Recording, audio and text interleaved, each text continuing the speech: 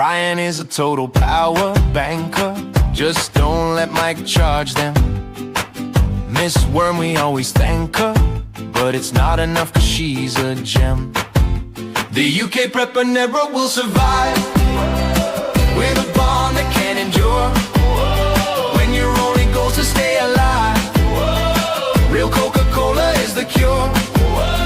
Andy is about to saddle the tiger when he's not aboard his UFO. Barry's out with his Geiger, counting rads that made his beard go. The UK Prepper Network will survive with a bond that can endure. When your only goal's to stay alive, real Coca-Cola is the cure. World survival is our mission. Out in rivers, careful stepper. Alan led with his vision. Defo still no prepper. Hawkins, hacking Hawkins. We've seen his face and let's just say it's enough to take to your eyes with pins. And of course his radio skills pay the way. The UK Prepper Network will survive with a bond that can really hit.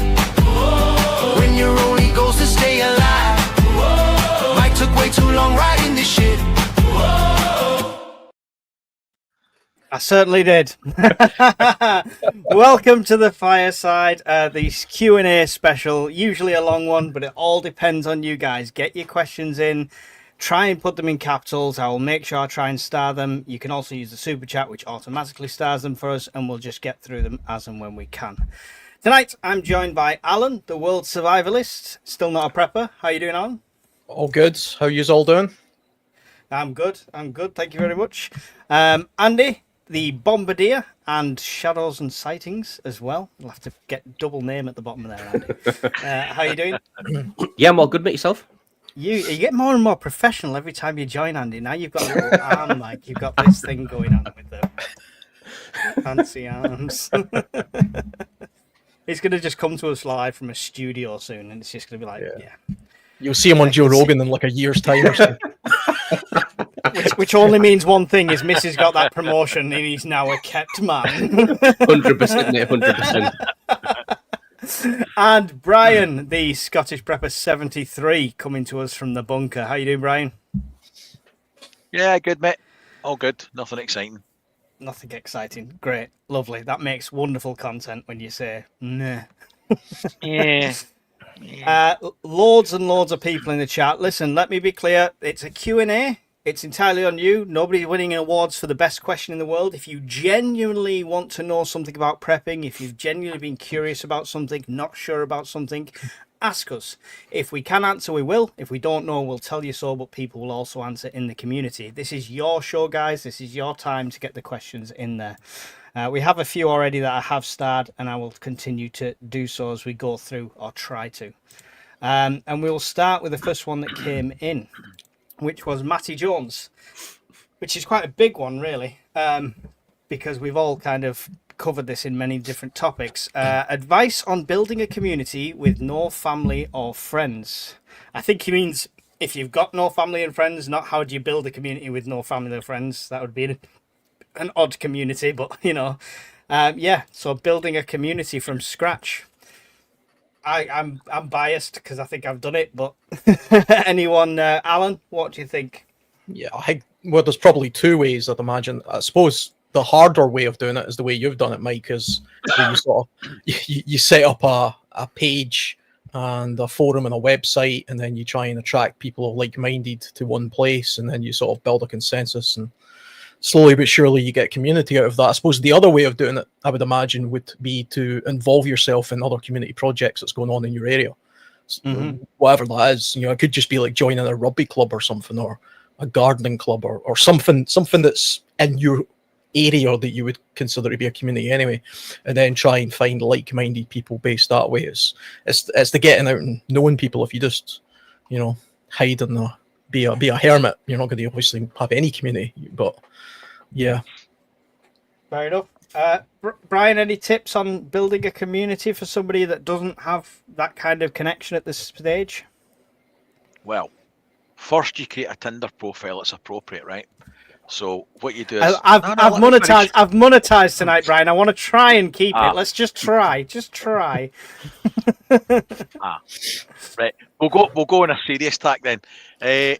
Join a club that's got comparable skill sets that might be advantageous or interest you. So, like Alan said, gardening, allotments, DIY clubs, archery, clay pigeon shooting, anything like that, anything that gets you out amongst people. And it's a double win because you might find a new pastime or continue a pastime that you enjoy, plus you get to meet new people. And when you meet them, you can sound them out slowly, interject into the conversation, little comments and see how if they're receptive to it or not, and then you can add in a bit more. You might be talking about things that's going on in the news and ask them how they're dealing with it or what their plans are. Just feel people out, and you could use current events as a topic to do that. Yeah. Anything to add on that subject, Andy, for starting a community? What I do, mate, I use our Discord channel. So anybody new who comes in, I usually private message them on Discord. Only if they're from my area. Like it was obvious Ethan who joined last week, who had the Newcastle flag. I dropped him a message. You're lucky I let him in. You're lucky I let him in. So I ask people on there, mate, to build up the community on there. I appreciate it's a lot easier for me, mate, because obviously most people in that Discord chat know me. So maybe it's maybe it's easier coming from me rather than just cold calling someone. But I would say, mate, if I was him, I would just go to wherever his zone is on the Discord chat and start there. That would be the easiest place for me. It's you don't have to worry about approaching the subject of being a prepper because everybody there is there to prep. So that's what I would do, mate, in the first instance. The only other thing I'd encourage is there's meets up and down the country now. There's prepper meets up and down the country. We're going to be hosting a big one in Scotland. That one you don't want to miss next year. And go along to one of them. And even if you're we've had people there that it's the first time they've gone to anything like that, quite shy, reserved. People that nearly turned the car around on the way by the end of the weekend are so glad they didn't. We're all very approachable. We're all, nobody's sat behind a desk saying, you've got to pay £10 for a Polaroid. Apart from Brian, he tried it, but nobody paid. But it would surprise you how many paid, actually. That was the different Polaroid, Brian. Okay.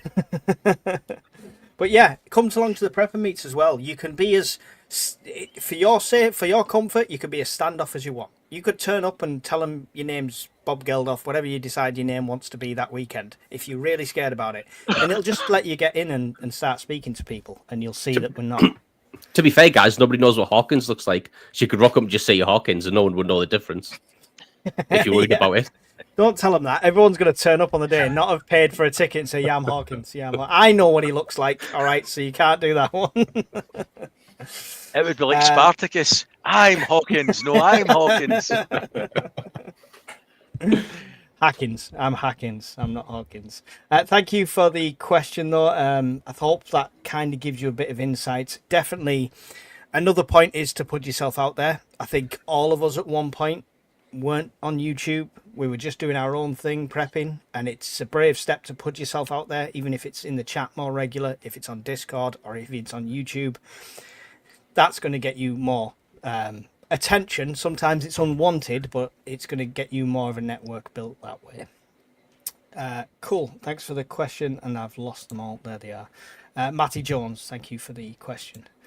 One from our very own Miss Worm here. What's the one thing you wish you'd known when you started prepping? How many Scottish people do it? Bloody hell. Okay. Look how we've improved things, though. Yeah, sure. Andy, I'll go to you first. What's the one thing... I'll leave it on screen. Pushes everyone up a bit. Look. What's the one thing you'd wish you'd known when you started prepping? I wish, mate, I would have been more into or took more interest in solar. I think when solar first came out, I don't think it was very efficient. Brian can correct me if I'm wrong. And I think I had that opinion probably ever since it came out. It wasn't until I started speaking to Brian about how good the technology around solar had got that that's when I got my own solar panel and that type of stuff. So I wish I'd known how good solar energy actually was for prepping. when I'd first started. Maybe it would have sent me down a different route. Who knows? Yeah. Riff said, "Don't say you're Hawkins. You might get punched." It's a good point. Brian, what's the one thing you'd wish you'd known before you started prepping? Probably that I'd started earlier, to be honest. More so, in fact, no, I'll change that. I wish I'd started doing YouTube earlier and having a conversation about it sooner. But by and large, I don't have any regrets. I've got to be honest. You can blame me, guys. He wasn't going to do YouTube until I turned up and twisted his arm. That wasn't my arm. The reason he sent the wife out the room. Alec, PG, think PG. Alan, anything you'd wish before you'd started survival? Yeah. Well, I mean, not really from the survival point of view, because I think that just happened organically, kind of just naturally. But I think the prepping thing, I wish I'd recognised earlier how well it complements survivalism, even wilderness survivalism, how valuable it is to connect to two of those kind of disciplines, and also how broad prepping is. You know, I didn't really realize before that there's lots of different kinds of preppers until I started paying more attention to it on YouTube. You've got the preppers who focus purely on economic collapse. You've got the everything collapsing sort of preppers. You've got the bug in preppers only, the bug out preppers only.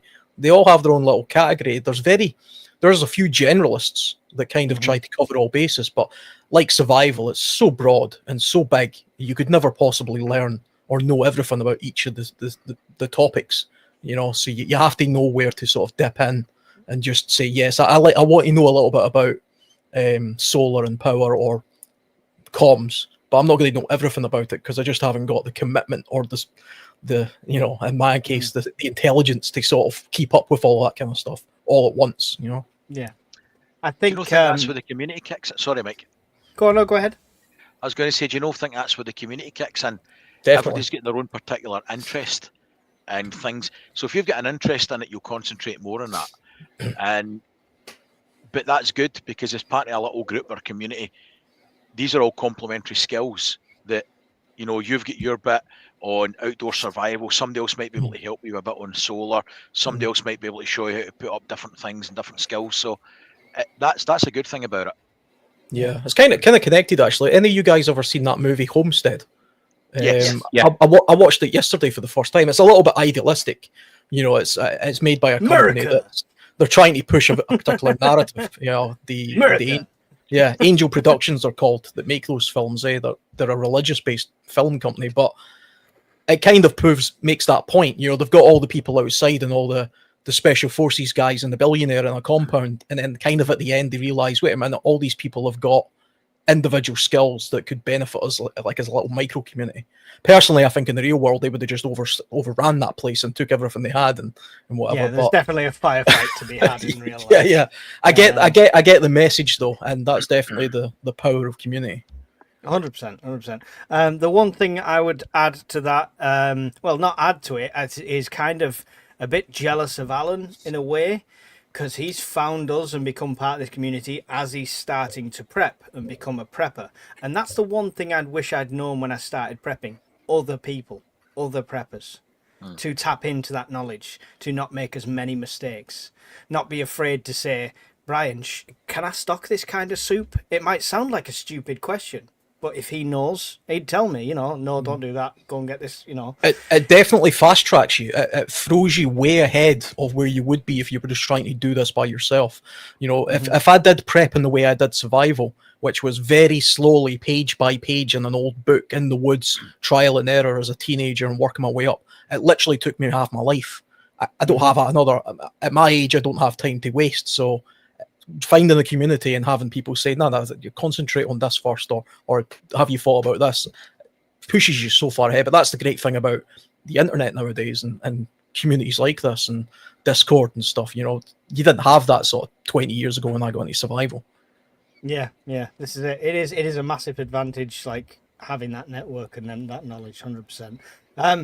Gazmad Kilt. I always say man. Gazmad Kilt.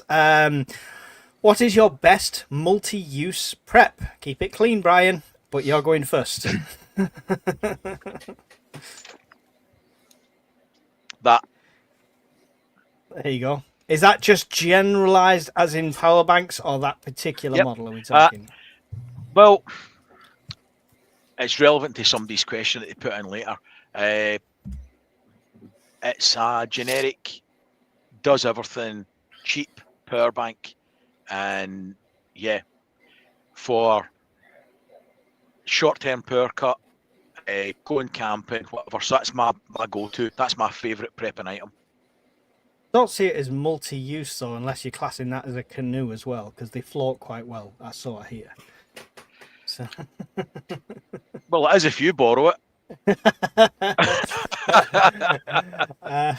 Andy, but what's it's multi-use though. Yeah, I guess it's got multiple. Like you can charge multiple things, but the use is power, right? Oh, it's got the light on it. That one, hasn't it? It's got a light. You gotta go with the light. All right, okay. Go with the light. Anything to go to power banks. Andy, save us? What's your best multi-use prep? My basher mate, my tap probably. So obviously keeps you warm and dry. You can use it to camouflage your kit. You can use it to collect rainwater. You can use it as a stretcher, which is why that's what I've got in all of my. That's predominantly what I use. What's your tap of choice then? There. To be fair, mate, the army issued one. Yeah. And that's purely because I bought that DD Taps 4x4 one. Yeah. And I put that community post out, mate, where I had it set up with the 10 tap configuration.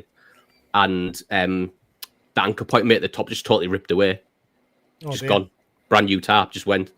And I told DD Taps about it, and they pretty much just chinned me off. Really? Yeah. That's and then they came back and said if I wanted to post it to them at my own cost, then they might investigate it. So that was the end of them, mate. I've had two of those tarps fail on me over the years. I Yeah, still exactly, use them, mate. but I've had two of those have failed on me. Don't post the DD Taps link, Miss Worm. Don't post the DD Taps link. They are quite good, but they're fragile compared to the army ones because they're usually only 20D denier, like nylon, whereas the old army ones are considerably more robust. You know. Yeah. So that's what I use, mate. So I've got all three. I've got the desert one, the original DPM one, and I bought an MTP one from Lee from the Bug Out when we were all at the meet at in the summer. Yeah, it's definitely multi-use as well, like I say, because you can collect water, shelter, and there's all sorts of uses for a tarp, right? So, Alan, what's your best multi-use prep? Well, I mean, when we say multi-use, do we mean just a single item or like a single sort of prep component? Because I've got two things in front of me here that I could say as a good item. The tarp's an excellent. Pick the left one. I would have stole the tarp idea, but go left. Pick the left one. Go left. This is a survival kit, I suppose. It's also my cup, so it's a container, but in there is what my homemade survival kit. That to me is, you know, if I was naked in the middle of nowhere and I could take an item, I would grab this because I can do lots with this. But it's obviously not a single item. There's probably 40 items. You know, But you know what, mate? That's a brilliant idea. I've never ever thought about putting it in a metal cup. Never. Well, I've you see, always had it in a tin. the metal cup is the most important element of a survival kit because a container is the only thing you can't easily reproduce in nature. Whereas those tiny little Altoids tins and stuff, complete useless. You're never going to survive out of one of them in the real world. Right, you need that's something me changed. like that. Yeah, you know, man's gone in a metal mug now. You go. that's a really good idea. It is a great idea. Hang on, Alan. Hang on. Let me biggie you. There we So go. inside the cup, it's just a little like an elastic band thing, and then what I've got in there is another small container that I've made, and inside there are real life, practical, useful items. Everything you would need for survival. None of it's a gimmick. I use every item in there.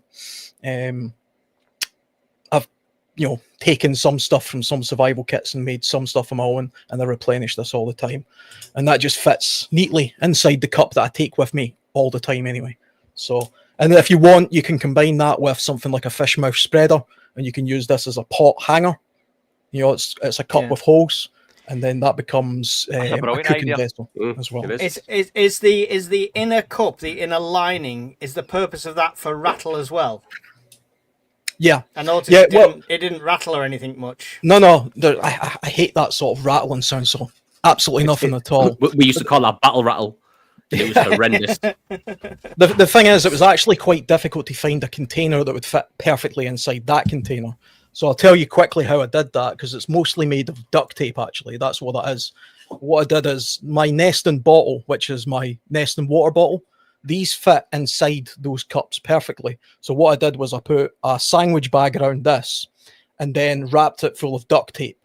And then it easily slid off and became a container, but it's also a waterproof container, plus there's a whole bunch of duct tape. So the container inside that I could also use as well at a push if I needed another drinking vessel for some reason. I've actually did a whole video about this. It's years old. I posted it like, I don't know how many years ago. It's weirdly Miss Worm will find it and link it, I'm sure. She's a I pro. think it's titled something like a survival kit that's actually useful, because I hate those Altoids tins because they're shit. They just do not work, honestly. Don't listen to him. Go and watch my tin video. People make them. People make them because they're fun, but I've actually tried to survive with it once and it didn't work. I mean, mine. So I do have one of the tins, right? I must admit that's a much better idea. I'm on board with Andy. I think we're all going to be doing something like that. It's a really good idea. The tin I will keep because it's not stuffed for me. It's not like a mini fishing kit, and I think I'm going to go and survive with that. It's urban stuff. It's cable ties. Yeah. It's things like that, and it fits in my combat pants pocket perfectly. So it's no harm being there, and it's more for I'm at the office, I'm walking through town rather than bugging out to survive. So Well, I used the Altoids tin. I used as now my fire preparation kit now. So I still used a little kit, but inside it has got things that I would use to make a fire with now. But I mean, all of that's in that survival kit anyway. If you can be bothered, you can see me talk about it badly on a video, but it's... I'll have a look. excellent. I want to end that question there and not go to me because I feel like he's just outshone us all. My multi-use thing is literally called a multi-use thing, and I've substituted temporarily because my Leatherman had locking blades with this, which is the old one. Andy might recognise. I don't know if they still issued them when you were in, Andy. I've got a Gerber. You got a Gerber. Oh, went fancy after I left, clearly. But this was an old 11 a reef. one. 11 a reef, yeah. 11 a reef, mate. You can get these still. You can pick them up in like antique shops, army surplus shops, stuff like this. None of the blades are locking. It's a good, solid, robust multi-tool. It's nothing fancy, but it's been dropped. It's been taken halfway around, the world sort of thing, up and down the country, camping the lot, and it's survived everything. So a multi-tool, a good quality tested multi-tool, right? You can get some really fancy ones on Amazon that look wonderful, but after a week, if the blade's doing this inside it, it's no good.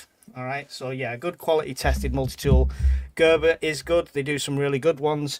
The one that I got from Lee, which is gone, it's somewhere, it's a Highlander one, which is really a cheap option, but they're actually quite solid. I'm going to do a review on it. But yeah, so get a good multi-tool would be my one for that. But yeah, Alan wins 10 points for that round. Well done, Alan, you're ahead. We've never awarded points I before. did cheat by sort of showing you 40 items rather than one, though. I think the cup itself is a multi-use item. Because if you consider what you use it for, cooking in, purifying water in, collecting water in, it's multi-use item. A container is one of my top 5 items to have in survival. Yeah, So definitely. they're important. They're important. 100%. Right. I'm going to try and get through some questions, guys. I will get behind on the chat, so don't have to post your question in 50 times. I'll spot it, I'm sure. Right. Next up, we have Elusive Dartmoor Survival. What prep do you think people underestimate and why? Ooh, interesting one. Andy, we'll go to you first on this one. I will say, mate, people underestimate how are you going to repower your power banks when the grid goes down. And I was one of them people. So I bought the C300, which is up there, that Brian's got as well. And it's a great power bank. It's the first power bank I bought, like decent sized one. What's that? What does that say? Minus 19%. I didn't think that was possible. Yeah, and so the first decent power bank I bought was the C300, and I thought, perfect, I'll just charge it up at home and everything will be good. Until Brian said to me, it's just, and it's very true, it's just an expensive paperweight if you don't have somewhere to repower it. If the grid goes down, and I was the same, mate. You know, I'm not anything special there. I fell into that trap. So I think that's what it is, mate. I think people get hooked on buying power banks and think they're set, but they soon forget that they need somewhere to power it that isn't just plugging it into your socket at home. So they underestimate the practical use of it, you'd say. Yeah, the actual like they're extremely practical, mate, and they're very good when the grid's on. But once the grid's off and your power bank's empty, like Brian said, it's just an expensive paperweight if you haven't got somewhere to recharge it. And I fell in that trap myself, mate. I didn't have anything until I bought my solar panel to recharge it. Excellent, great one. Brian, what prep do you think most people underestimate and why? He's good. I like his stuff. That Brian. I was going to say water. Water. Always just in water. general. Well, a couple of things. They underestimate how much they'll need in terms of hygiene, drinking, and cooking, and they don't appreciate how to clean and filter it. So water, it's taken for granted that it'll always be there, and don't really appreciate how much you'll need for everyday use. Yeah. That's my 100%. I mean, I'm going to have to quickly think of another one for myself because water was mine, you bastard. This is, you can tell it's not scripted, this, yeah? You can tell it's not scripted, but because that's why I had this ready to show. This is the Prepper's Water Survival Guide. It's one you can get off Amazon. The knowledge in this that's useful, and in 2 other books, I've thrown into my PDF. So if you don't want to pay 15 quid on Amazon, you want to pay £2 on my store for the PDF, go and get that. If you're new to water, it'll help you. Yeah, and filtering as part of that, Brian, I would say, because a lot of people stock the bottled water and don't think of what happens when that runs out. So as part of the same thing, I would say filtering is a key thing with that. Alan, what prep do you think people underestimate and why? Do you know, I seen that question earlier and I was thinking about all the different things because there's plenty when you really think about it. Do you know the one that I think that people genuinely just... If you say the second one I've thought of and really throw me in the shit, I'm not going to you again. Right, if this is the same one, I will be amazed because I was thinking this was going to be a little bit of a curveball. I think the one thing that people don't pay much attention to is soap. Okay, yeah, I don't use soap. I stink. Soap is incredibly valuable, not just for clothing and keeping yourself clean after not very long, actually. Like I see it out in sort of wilderness environments. It doesn't take much before you start reeking, and just using water doesn't go far. But also, when I was looking up the kind of things that people missed in the Blitz, you know, it was all the usual stuff like fresh fruit and meat, salt and sugar and all that kind of stuff. But apparently soap was sold on the black market during the Blitz because it was so hard to come by.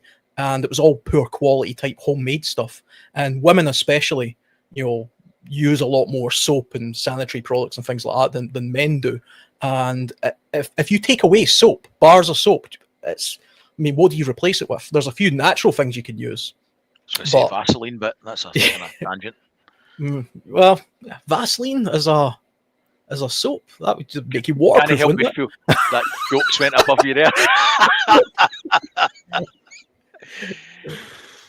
Yeah, I'm going for soap. I was going to say some sort of dental thing because that's a pain in the arse, but yeah, soap. Soap's a good one, right? So you didn't steal my next one. I will say the next one's underestimated is watch the numbers. 152. Watch them half. He's going to say fitness. Not just fitness, health and fitness. So many people underestimate it, and I'm not saying you have to be some sort of demigod, like clearly we all are sat here in the prime of our physicality.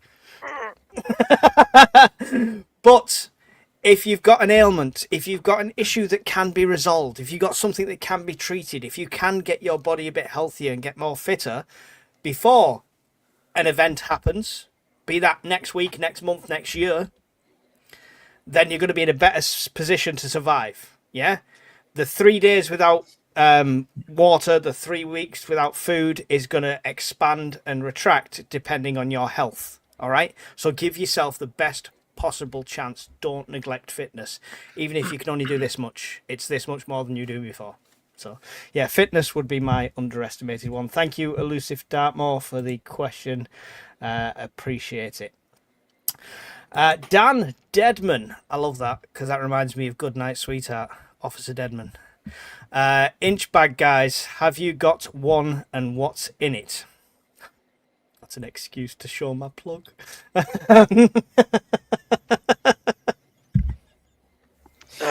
Here comes the butt plug of doom. The difference between, I've said it many times, the difference between my bug out bag / grab bag / get home bag, whatever you want to call it, whatever you're doing it for, whichever your plan is, the only difference between that and an inch bag for me is not extra saws because I'm going to go and live in the wilderness because it's just not realistic for me.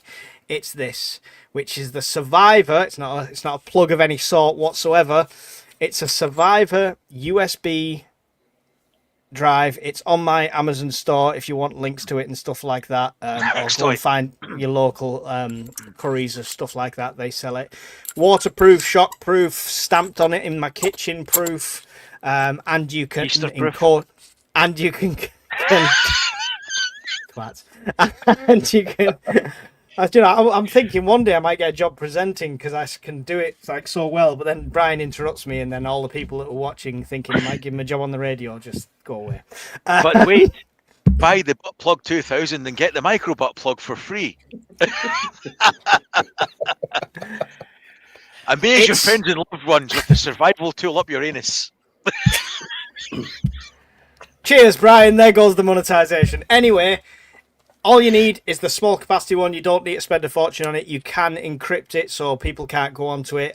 Somebody had a problem with Mac. They came on Discord, sent me a message. We did it together. If you have any problems encrypting it, send me a message and I'll help you out with it. It doesn't have to be that. It could be a cheap USB. I just got Access Shockproof. You could go with one of the tiny little ones, which is less of a plug looking thing, which Brian can't give me any crap for, I'm sure, but he's probably thinking of something. But yeah, that's the difference. That's the difference. Right. Anybody else on inch bags? Andy, inch bags. Sometimes they're ridiculous, but what do you think? I don't have an inch bag, mate. I suppose it's semantics, really. I've got a grab bag, and that's more so for if I had to leave the house, whether it be fire or flood, all that type of thing, and I'm going to be out of the house for what, 4 or 5 days, maybe at the most. And that mate has just got practical things in. Obviously, it's got spare clothing, food, water, all that type of stuff. And then it's got, copies of ID, copies of house insurance, spare cash, all that good stuff, mate. With the proviso that I'll be home within 5 days or whatever that be. An inch bag, mate, where, to be fair, mate, if I was going to build an inch bag, it would generally just be what I carried in my Bergen in the army, to be honest with you. If I was going to build an inch bag, because I know how to survive with it. I know everything that's in there. I know it works because I did it for 7 years. And I know what I need to keep me alive. But that being said, mate, I'm like you. Nobody on this planet, mate, is going out and living in the woods for any extended period of time. So no, sorry, Dan, I don't have an inch bag, mate. I've got a grab bag or a go bag, as I call it. With things like that. But for the terms of an inch bag, I'm never coming home bag. That I don't have one. Yeah, Alan, sorry that Andy just called you a nobody, but you are going living in the woods when shit hits the fan. But he is right, and I've said this plenty of times. Nobody is wandering into any wilderness environment and thinking they can just live off the land based on skills alone. It's so difficult to do, even in the tropics, that you're going to have a very, very bad time. So you need something there to sustain you. Whether you're carrying something in, or you've got some sort of cash somewhere, or you're bugging out to a place and then moving from that place. Because, just going off into the wilderness, it's, even if you know exactly what you're doing, especially in temperate type climates, the second the winter happens, what the hell are you doing? It's very difficult to survive then. But in terms of like inch bags, I mean, it's kind of like what Andy was saying with the semantic side of it. I've got what I suppose would call a grab bag, which I've showed before, which is, something like this. inside that, I can sustain myself really comfortably for sort of 3 days, I suppose. Inside that bag is that survival that survival tin, plus my water, plus my cutting tools, plus a means to cook with, set fires, all that kind of stuff. I suppose from a military point of view, this would be kind of like webbing, you know, like if I had nothing else, this is like a belt kit, I suppose. And then in my bag or my Bergen, I've got like my sleep system. So I've got, you know, my sleeping bag and things that make me more comfortable. But if I had to drop all that stuff, this would be the bag that I would grab, you know, because I've got compass in there, navigation, a little bit of fishing kit. You know, I can go a long time just with that little bag. It's a good plan to have layers like that, because you could set off with the bag and with that, and for the sake of speed, to get out of danger, you might have to ditch the bag. Yeah, so absolutely. having that webbing or belt kit is a good idea. The idea is to shed it all the time. So you could ditch the Bergen and then you're left with a belt kit. And if you needed to ditch that, you would just grab your survival tin and run off with that. You know, and if you had to ditch that, then I don't know what the hell's going on, but you know, you're having a bad time. Then you would just go to what's in your pockets, which would be like a compass, maybe a knife or something, you know. The naked prepper. Naked and afraid. Brian, do you have an inch bag? No. Keep it clean. I was so torn there with saying something inappropriate. No, I don't have one. Just got my bug out bag that I change depending on the season. That's it. And that's only a cop out because I need to have one, but realistically I would be in the shit if I had to leave the house because everything's here. So I would need to be dire. The house would need to be in fire or evac for some reason before I would leave. But no, I don't have one. Mark's Adventures. Brian takes monetization away, so £5 super chat. Thank you very much, Mark's Adventures. There you go. He's putting the swear box on for you, Brian. There you go. Thank you so much. I did post a link to the Survivor drive as well in the chat if anybody's interested in that. Andy, just before we go off this subject on the inch bags, you said you have the documents and stuff. How do you have them?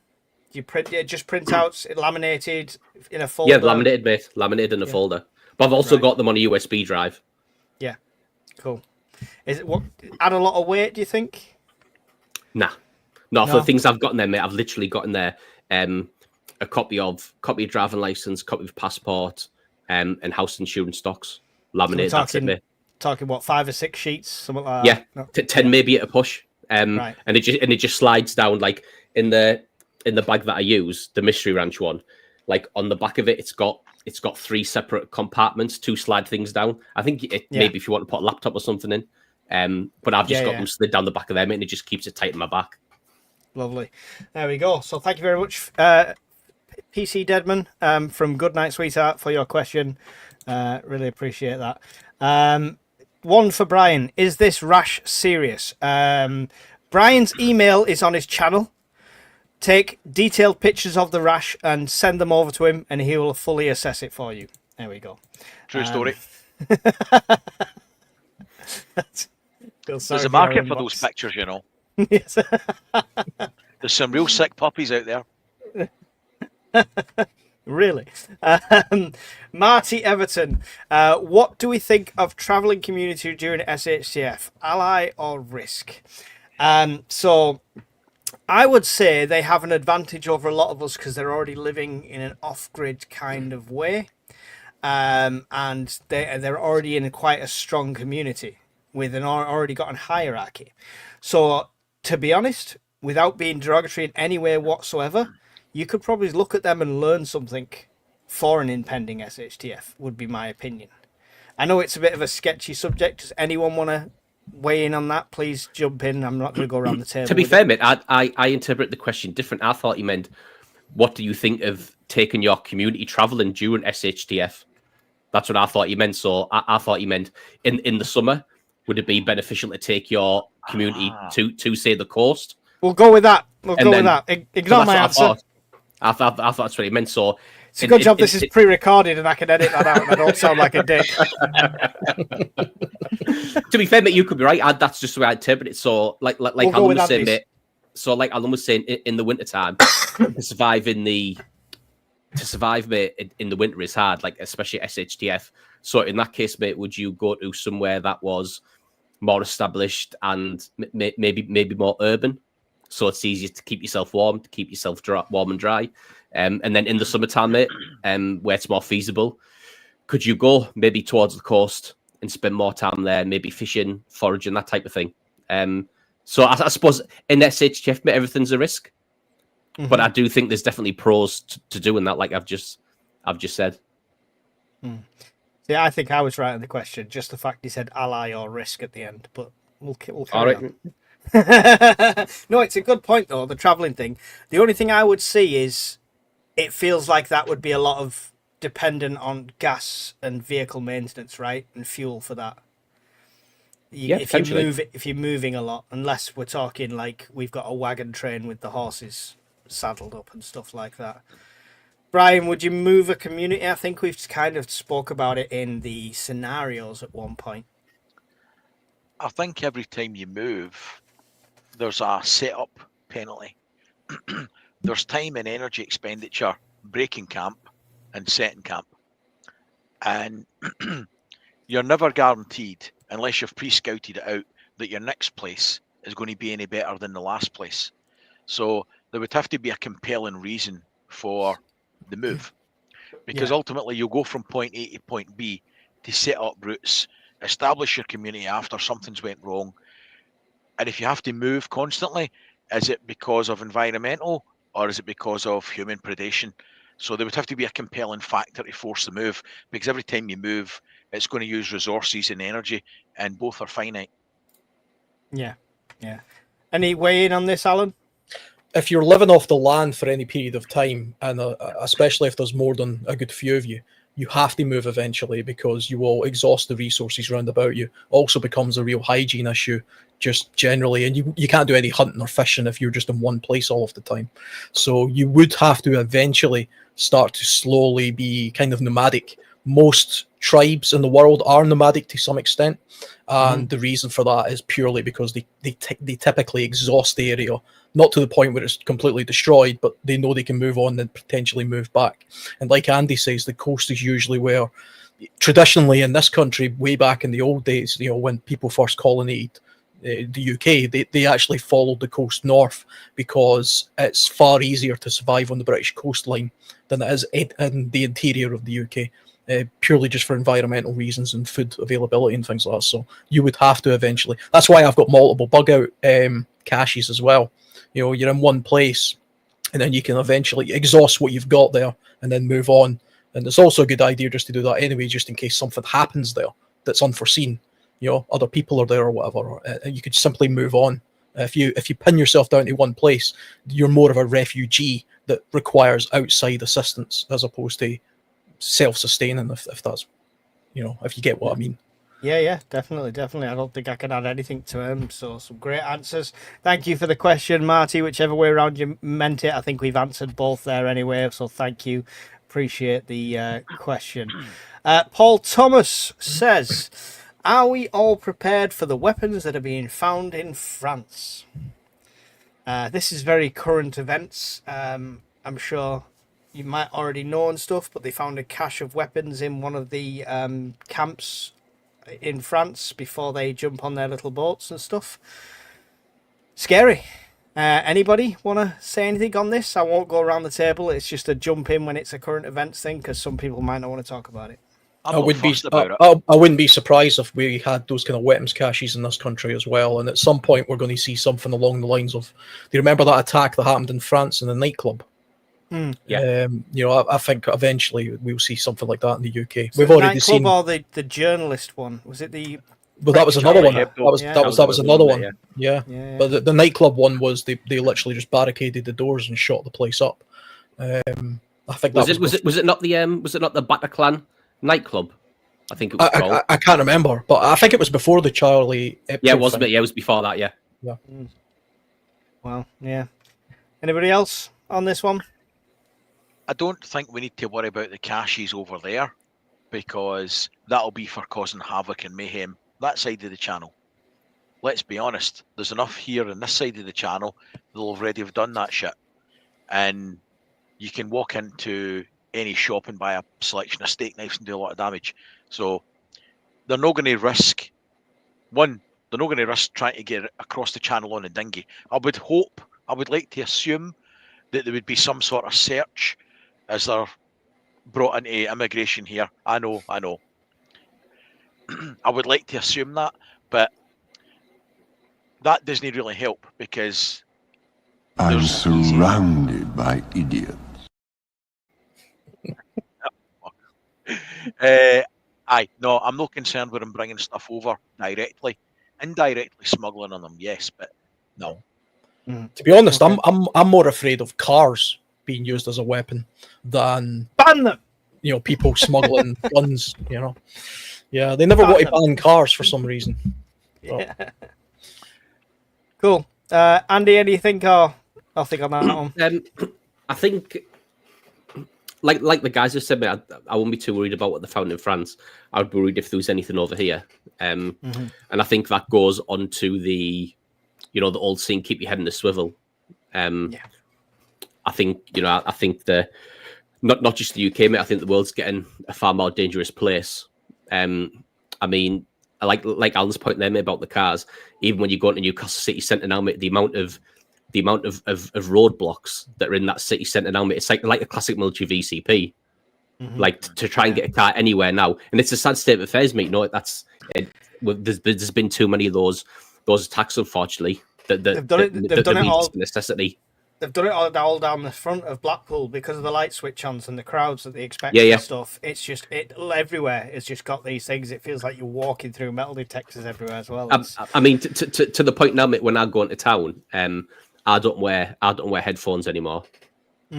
People take from that what you will. I have more headphones now in the centre of town, mate, for probably 3 years for that reason. And if you want to know what he means with that and keeping your head on a swivel, I've done a guide on SA, which is situational awareness, which I've just put the link to all the digital guides and stuff. You can go and have a look at that if you're not sure about it. It's got practical advice and training and tips you could do and start practicing it and honing your skills in situational awareness now. It's probably one of the best skills you can have as a prepper, as a survivalist, because you can have all the equipment in the world, but if you've no idea what's going on behind you, it's going to be useless. So thank you for that. I can't add anything else to that, so appreciate the answers there. Meg Perkis says, awesome tune. Who takes the writing credit? I wrote the lyrics and our digital friends did the singing and the instruments. So that's why the last lyric of that verse that we cut off on is Mike spent too much time writing this shit. To be fair, Mike, just one more point, mate, on that last question. Yeah. We used to we had a saying when I was in Afghan, and it was absence of the normal, presence of the abnormal. And that would keep a lot of guys alive.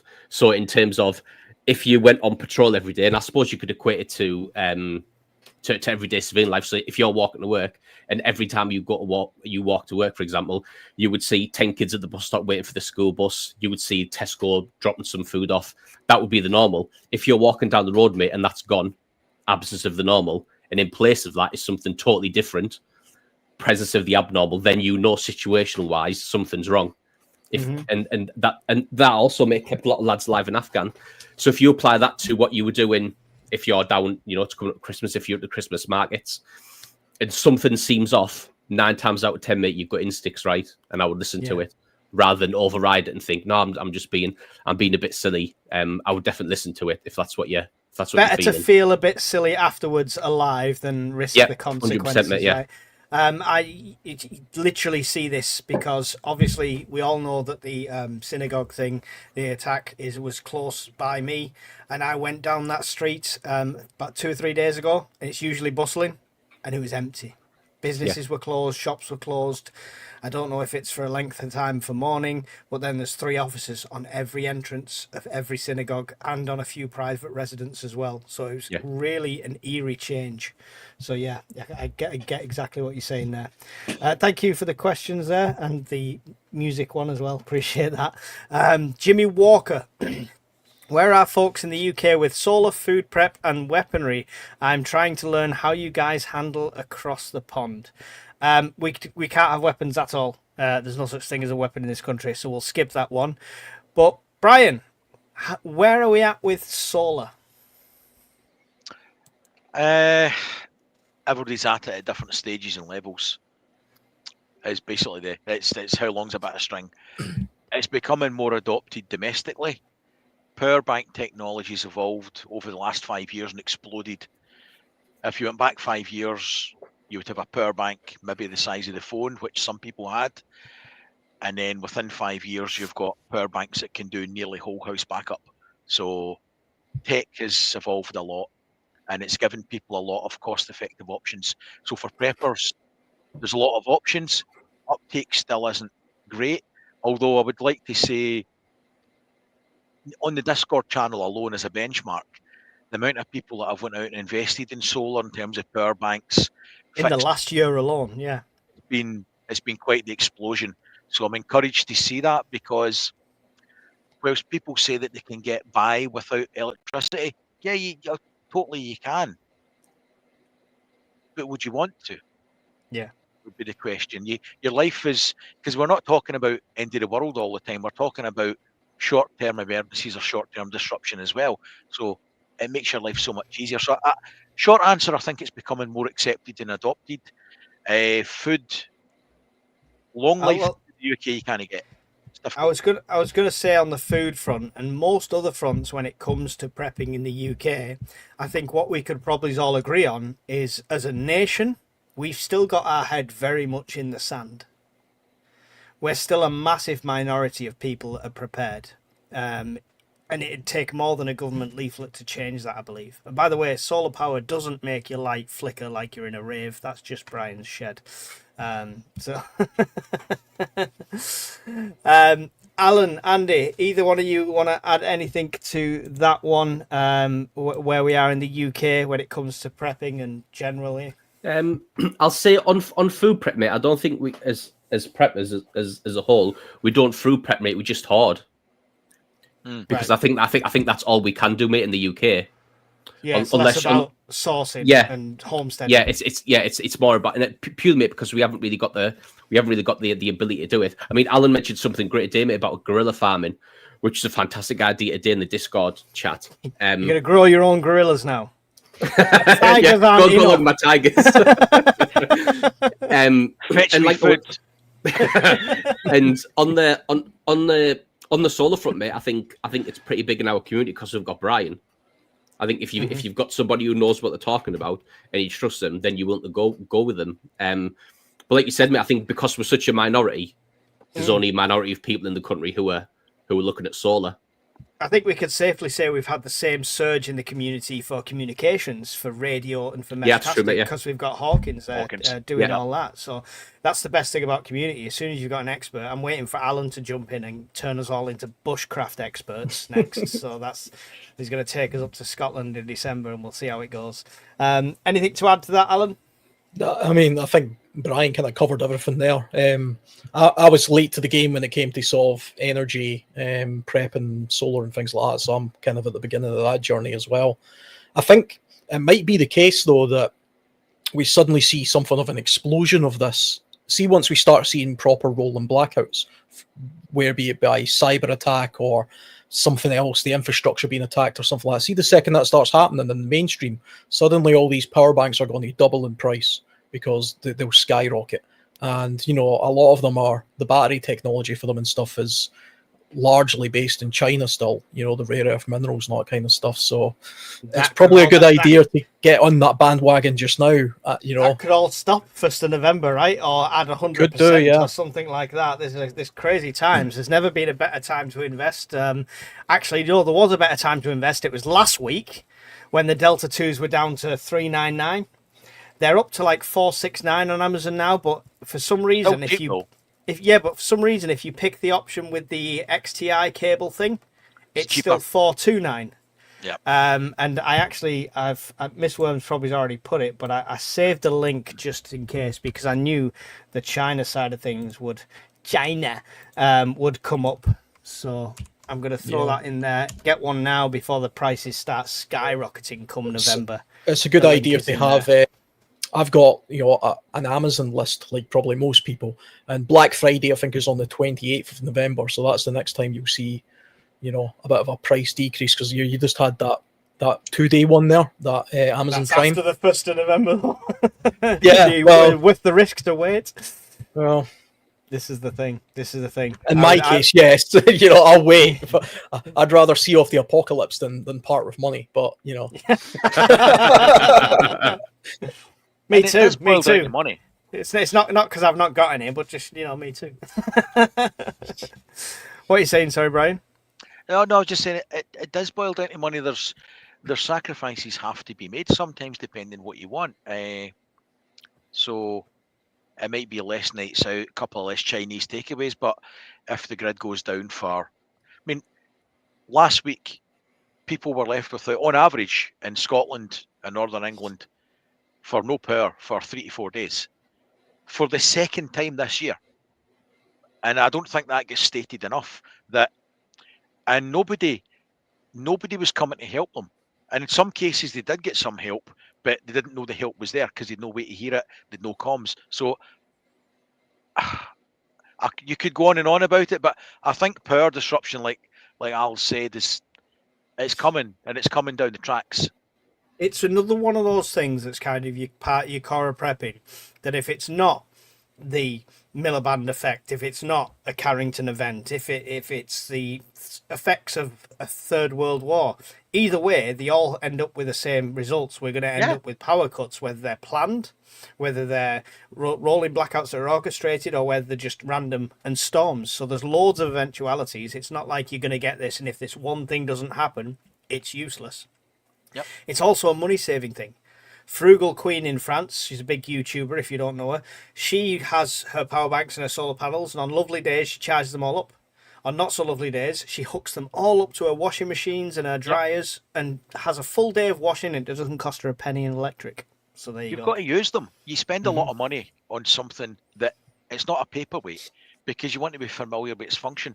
So you might charge them up, and then you're going to need to discharge them anyway for maintenance purposes every 3 months. So make the most of it. It's built to work. Even if you use a Delta 2 every single day on a full cycle charge discharge, it'll last you 10 years. And that doesn't mean it stops. That means it's guaranteed battery capacity is about 80%. So don't be scared to use it. Use the bloody thing. Yeah, definitely. Excellent. Cool. So, next question is Elusive Dartmoor again. What is one bad prep you've ever had or seen? Alan, you're new to prepping. Have you had this? Bad preps. Do you know, sometimes I see, because I watch prepping videos now, not just guys in the woods, I see people put together bags that they believe will be good wilderness survival kits, but they haven't really paid much attention to wilderness survival. They're just going by, this looks like a Gucci piece of kit. And there's a few items that every time I see it, I think that's a terrible item. And usually it's things like tiny little axes that are useless, poor quality knives, that are just not worth having. Wet wipes, I hate wet wipes. Stop stocking these. 1 second. Brian, that's not how you use a ring light. It's supposed to face you, not us. The comments were starting to do my tits in, so to be blunt, I just turned the light switch off. But it's supposed to face you, not us. That's my angelic halo, don't you see? Sorry, Alan, carry on. I'm going to be Uncle Billy. The righteous gemstones. Sorry, Alan, carry on. What else? Well, that's 3 things. So, poor quality survival stuff. I don't. I mean, I've got all my stuff down to a T. I change it a little bit here and there, but I don't. I've been doing it so long. Everything I have, I think, is as good as it can get. Yeah, cool. Andy, apart from really dangly bag straps, what is your one bad prep you have had that makes or my seen? teeth itch, mate. Honestly, it makes my teeth itch when I see stuff like that. Honestly. I just snorted. That's terrible. Honestly, it makes my teeth itch. Honestly, I can't look at it. Honestly, it does my head in. Metal cup dangling on the back of the bag. Oh, You know?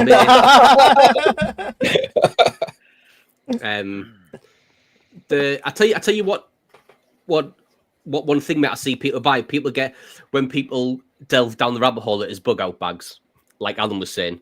And what they'll do is they'll see something that's maybe olive green in colour and covered in molly strap and molly webbing, and think that'll make a great bug out bag, and it's made with the zips are terrible, and honestly, mate, like the zips don't work. The fabrics, made of paper mache. The straps, mate, are like a cheese grater when you put it on your back. And so that, mate, for me is one of the things that I see where I think people, if you're serious, mate, about bugging out, the one thing I would say you can't skip on is your sleep system and the bag you're carrying it in. Now whether you want to go military and you want to go like a Bergen, fair enough. If you want to spend more money, all the way up to, you want to go Osprey, or you want to go Mystery Ranch, you want to go Camelback, it's worthwhile, mate, saving, like Brian was saying, sacrifice and stuff to buy a bag that does the job that you want it to do. And stay away, mate, from anything that is like that's full of mole straps, that's, it's designed for that purpose. It's trying too hard to look like it.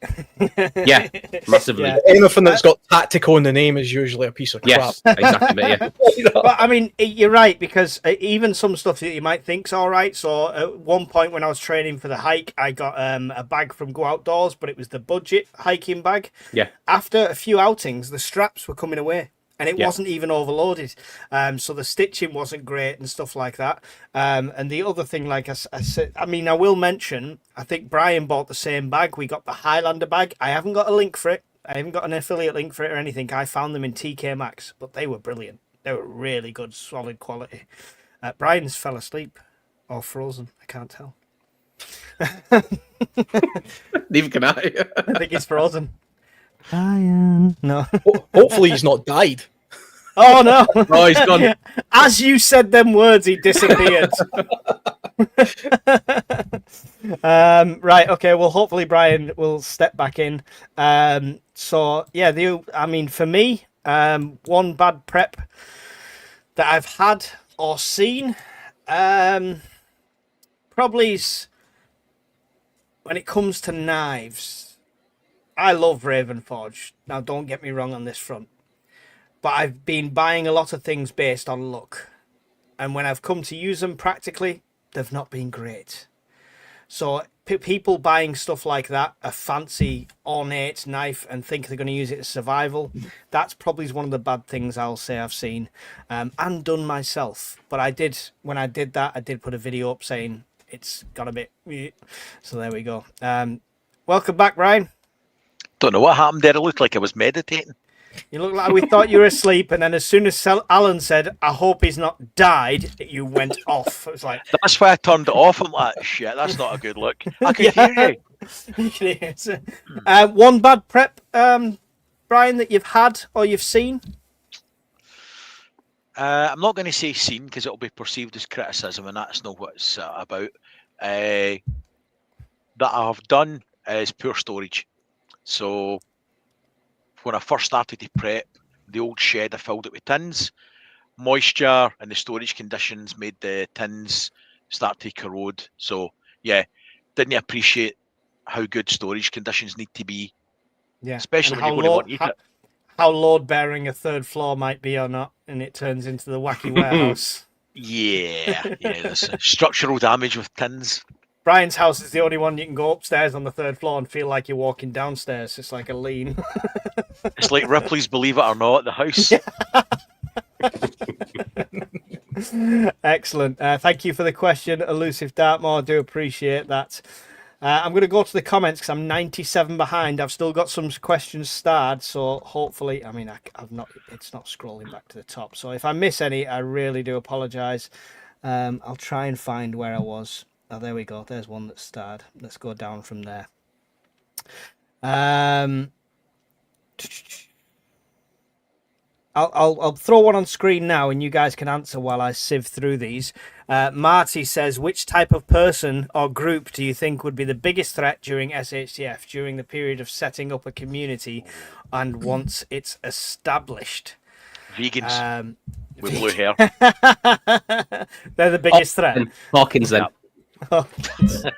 Hawkins, the blue-haired vegan. Shocking. Anyone want to go for that one while I sieve the comments? I think it's probably just the kind of people that generally in society you wouldn't want to be around anyway.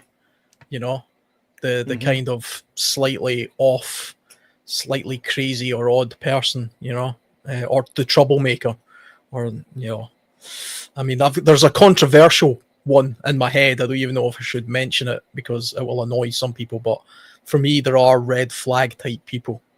Overly religious people to me are a bit of a red flag. Doesn't matter which religion it is, because that means they're basing a lot of their decisions on that and not on reality. You know, it can make them think and do crazy things. Yeah. That's just Brian my froze opinion. again. Fucking thing, honestly. Do you know what's done it? I figured it out. See if I post a comment in the chat, it freezes. Stop doing it then. You're talking on live. You don't need to type. This is the point. Don't answer questions before we've got to them. Because that's the second time. Defying the point. Stop touching it. Don't touch the keyboard, Brian. You're banned. All right. Andy, anything on that one? I think, personally, I think everybody will be a threat. Right. Okay. Like I agree with Alan, mate. You know, maybe there will be different tiers of threats, but the more organised, the bigger threat. But if that was the case, mate, I would just treat everybody like they were a threat. Nobody will get a free pass. Anybody would be fair game for the Tigers. Like Feral teenagers. There we go. We call them target practice. Brian, any community you think would be a specific threat or a bigger threat during SHTF? I think unless you can negotiate and come to an agreement, every other organised community is a potential threat. Good point. Because if it's at the stage that everybody's organised and into communities, then all the wheat and the chaff has been separated, so everybody else is struggling with their own direction and path. If you can work towards a common goal and trade, great. If you can't, then you've got conflict. There you go. Well, I don't think I can add anything to that. Thank you very much for the question. I do appreciate it. Survivalist Dad 101. I like that name. I wish I'd done that instead of mine. That's really good. Evening all. I'm trying to network with more preppers in my region, but unfortunately I'm not on Facebook, Instagram. It's proving quite difficult. Any suggestions? I'll jump on this one if you don't mind, guys. So, yeah, obviously we've got our community. Discord's an absolutely great community. Yeah, we've only, we've not had to escort many people from the building, but, a few have been close. But I found when I was in this situation, some of the forums were very, very judgy. Like, I didn't have the right kit. I was coming in as a new prepper and I was looked down upon more than anything else. You really don't find that with our community. We have every level. And whether you're starting off and you've not even bought a single tin or anything like that yet, you'll be welcomed in. The other thing I would recommend is going to meets. We've got our meet, like I say, in Scotland. Mel did ask a question earlier on if we still had tickets. And yes, we do. We've still got plenty of places left for the Scottish Prepper meet, so get it booked now before it sells out. But other communities have prepper meets as well. Midlands Outdoor Survival, the Outdoor Survival Network in general. There's Pembrokeshire, there's Cornwall, there's Silent Legion run their own meets as well. So there's all sorts of different groups. You just got to find the group that's your niche, your style of prepping, your kind of people, and go along and get involved. So anyone want to add anything on that one? Just add one on there, mate. So, obviously it is in Scotland, it is the Scottish meet. If people are worried that it's going to be in the Highlands somewhere and it's going to be a 12-hour journey, it's only 70 miles from Newcastle. So it only took me like an hour 20 to get there. So if anybody's worried about the distance you have to cover, once you get in Newcastle, guys, it's only another hour. So it's not down there. It's not near the Orkneys. It's just over there. It's just over the border. The weather is always spot on in Scotland. It's always sunny. That's why Brian pushes solar so much, because it's like Costa del Scotland. That's what it is. Sunburn's a bitch up here. Yeah, it's it is. terrible. It is. Thank you for the question, Survivalist Dad. Really do appreciate that one. Simon, when and where is the next meet? Any in Southwest? I think I've just covered that one, Simon. As is the next one for us is Scotland. I am looking at other venues. I did have a few in the pipeline. It's back and forth. It's insurances. It's costs. It's people wanting money up front. As soon as I can get more sorted, I will get more sorted. As we grow, they will grow as well. So hopefully we'll cover most areas. But if you do your research on them groups I mentioned, somebody will cover the Southwest. Actually, a really good friend of mine, Jim Moss, runs the Cornwall meet, and he's an absolute really nice guy, absolutely spot on. Cornwall Outdoor and Survival. So have a Google of them, or Jim Moss is big on Instagram as well. So search for him. Thank you, Simon. Hope that covers that one. Recte Paratus. Having equipment and skills for SHTF situation is all well and good, but do you think preparing to be as fit and as healthy as possible is just as critical, if not more so? Well, I did mention this before, but let's have Alan's opinion on this one. Yes, yeah. I mean, it's obvious, really. I mean, when you think about it, you could literally have the biggest cache of food and preps and everything else going, but if you don't have the rudimentary basic fitness to sort of get yourself through what would be the most stressful situation in your life, what's the point of all that stuff? And it's one of those things as well where, I mean, once you get past a certain age, it's mostly just a downward sort of trajectory, so you have to try and keep yourself to a level of fitness where you can actually use all the preps around about you. Even for me as well, I've got this idea of having these multiple caches that go, in different directions. But at some point in my life, way distant in the future, hopefully, I wouldn't be able to hike between those points. So I would have to either bring them closer in, or or adapt to a new strategy. And it's one of those things. So the fitter and healthier you are is just better generally overall. Yeah. Andy, there's a reason the first 6 weeks are so fitness orientated when you first sign up, isn't there? Yeah, of course, mate. Everything you do is easier if you're fit. Stress, pressure, easy to handle if you're fit. Obviously, like Alan said, covering distance, obviously, mate, easy when you're fit. I'm sure, mate, when I did the Preppers podcast for you, which would have been over a year ago now, wasn't it, I think? Round about that, yes. I think I said to you on there, mate, that the biggest thing about prepping is fitness.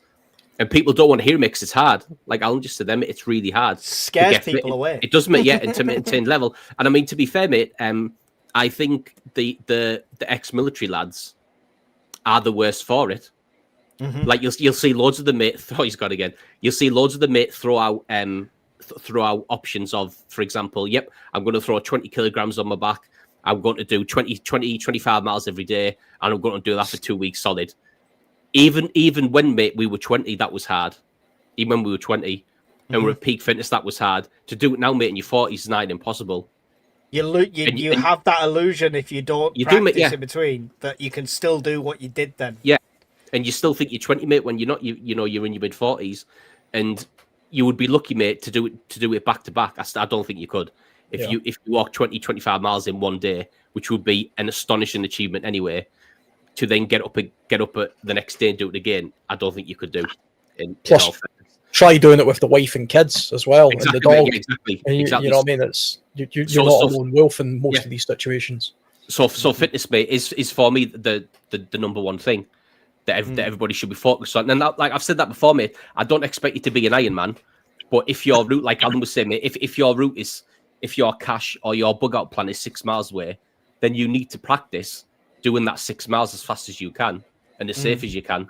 There's no point just starting to think, no, it's only 6 miles. 6 miles, mate, is a long way when you're carrying X amount of weight. And like Alan was saying, you've got the wife and the kids. It's pissing down. It's cold. It's a long old way, mate. So yeah, I agree with the question. Fitness should be at the top of the list. 100%. Brian, your laptop perfectly lines up with the name tag, and it looks like you've got a fancier name tag than the rest of us. Just wanted to say that.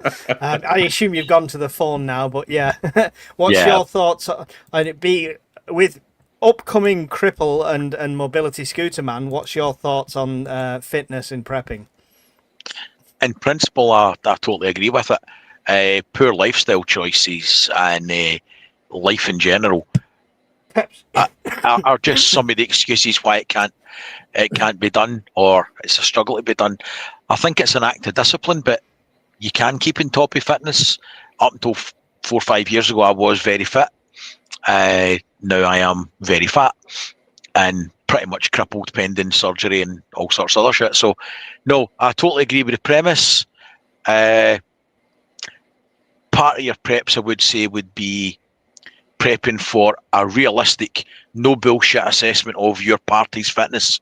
Because if you're not honest with yourself, you're wasting your time. You may think that when you were 21 and you're waxing lyrical about the good old days when you were doing marathons and this and the next thing, you're not that person. You might be in here, but you're not here, right? Yeah. And you've got to get out of that mindset of living in the past and look at the reality, and look at the reality for your party. Like you'd said earlier, your kids, your mothers, fathers, whatever it is your party's going to be, the weakest link's got to be the default fitness you plan for. Even if you don't have that family, you don't have the wife and kids, if you're part of a mag that is like all, like Andy says, like ex-military people or just military enthusiasts and stuff, their illusion of their own fitness can sometimes really delude themselves. And as soon as they're running like 200-300 yards, it's suddenly a shock to the system. So yes, we all principally agree with you, Rector Paratus, and I hope many people do take it on board. I'd love to say I'll do more fitness videos, but they just bomb. Nobody wants to see them. Nobody wants to click on a fitness video when it comes to prepping, unfortunately. And it is a good message to get across. So there we go. Thank you very much for the question. Thought-provoking indeed. Grumpy Acres Farm. Are there realistic concerns for the Gov trying to take prepper supplies in the event of a major emergency? There are locals in the US where this is a real concern. Right. I'll let you guys go in a second. My take on this is, if they've cleared out the warehouses, the stores, the distribution hubs and everything like that, and they want to come for Joe Bloggs' 12 tins of beans and 2 barrels of flour because things are that hard, they are not the government. They are not the people they are claiming to be at the door. Okay? More than likely, they are a gang posing as that to try and get your supplies. That would be my take on it. And I'm not saying that's accurate, that's gospel or anything like that, but just think about it logically. At what point does it result them going door to door, knocking on doors? We've seen you on YouTube. You've got this, that, and the other. We want your 30 days supply. No. If they've got to that stage, they're no longer in control. End of story as far as I'm concerned. Anyone else like to jump in on that one? I Totally agree. Can't see it at all. I mean, it would be minuscule in the grand scheme of things what they would achieve from doing that. I mean, the only thing I could think of would be land acquisition. If you owned a lot of land, or you, yeah. I mean, I could see some sort of government control taking hold in that sense. Don't get me wrong. If your prepping supply is the size of Nate's warehouse for Canadian prepper, they might come and knock on your door. But if you're a regular prepper, it's not as realistic, right? Andy, any insights for the military? Did you ever have anything down the line saying we'd go door to door at any point?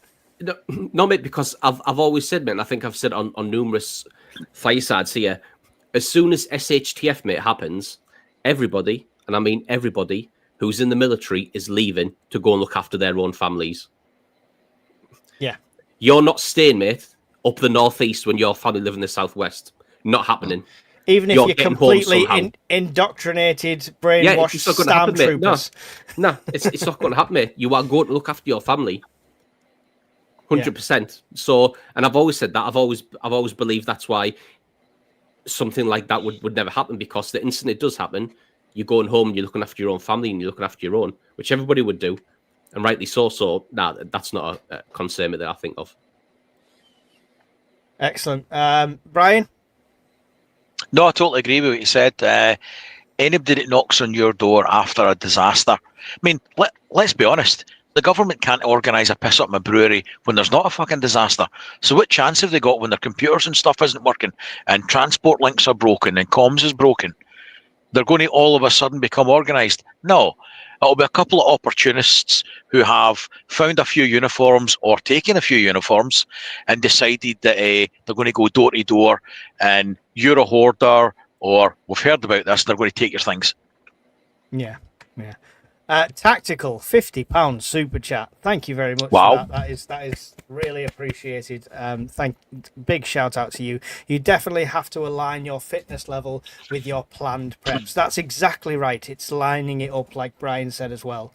If you've got to be realistic with yourself. Test it. Test your gear. And if you can't do it, don't think, oh my God, now I'm going to have to spend 6 months in the gym becoming a super athlete. No, adapt your plan. If you can't adapt your lifestyle, you can't adapt your fitness, adapt your plan. So thank you very much for that. That is an absolute awesome super chat. Really do appreciate you a lot. And thank you for the question. Grumpy Acres Farm is appreciated as well. Purple Ale had a question.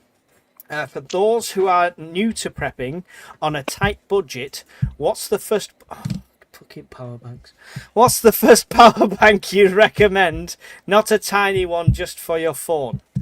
I think... I'm not going to go to Brian. I'm going to go to Andy because he took that first step from Brian's advice. So the first power bank you got, Andy, do you want to share that with Purple Yes, Ale? 2 seconds, mate. I'll grab it.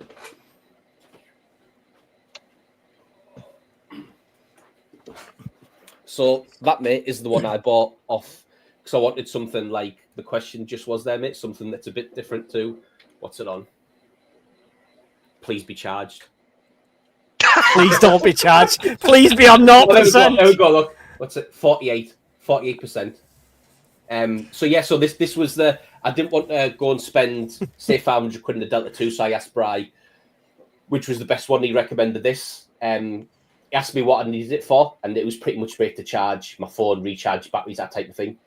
Mm-hmm. So he suggested this one instead of the one the plugs, and this one I got, mate, and it's been brilliant, mate. It's been absolutely fantastic. Yeah. Multiple charges, mate, of phones, hours and laptops. It was all sorts, mate. And I bought the stolen Renogy folding solar panel 100 watt. And that plugs directly to it and charging it. So that was, I think, 180 quid, Bri, I think.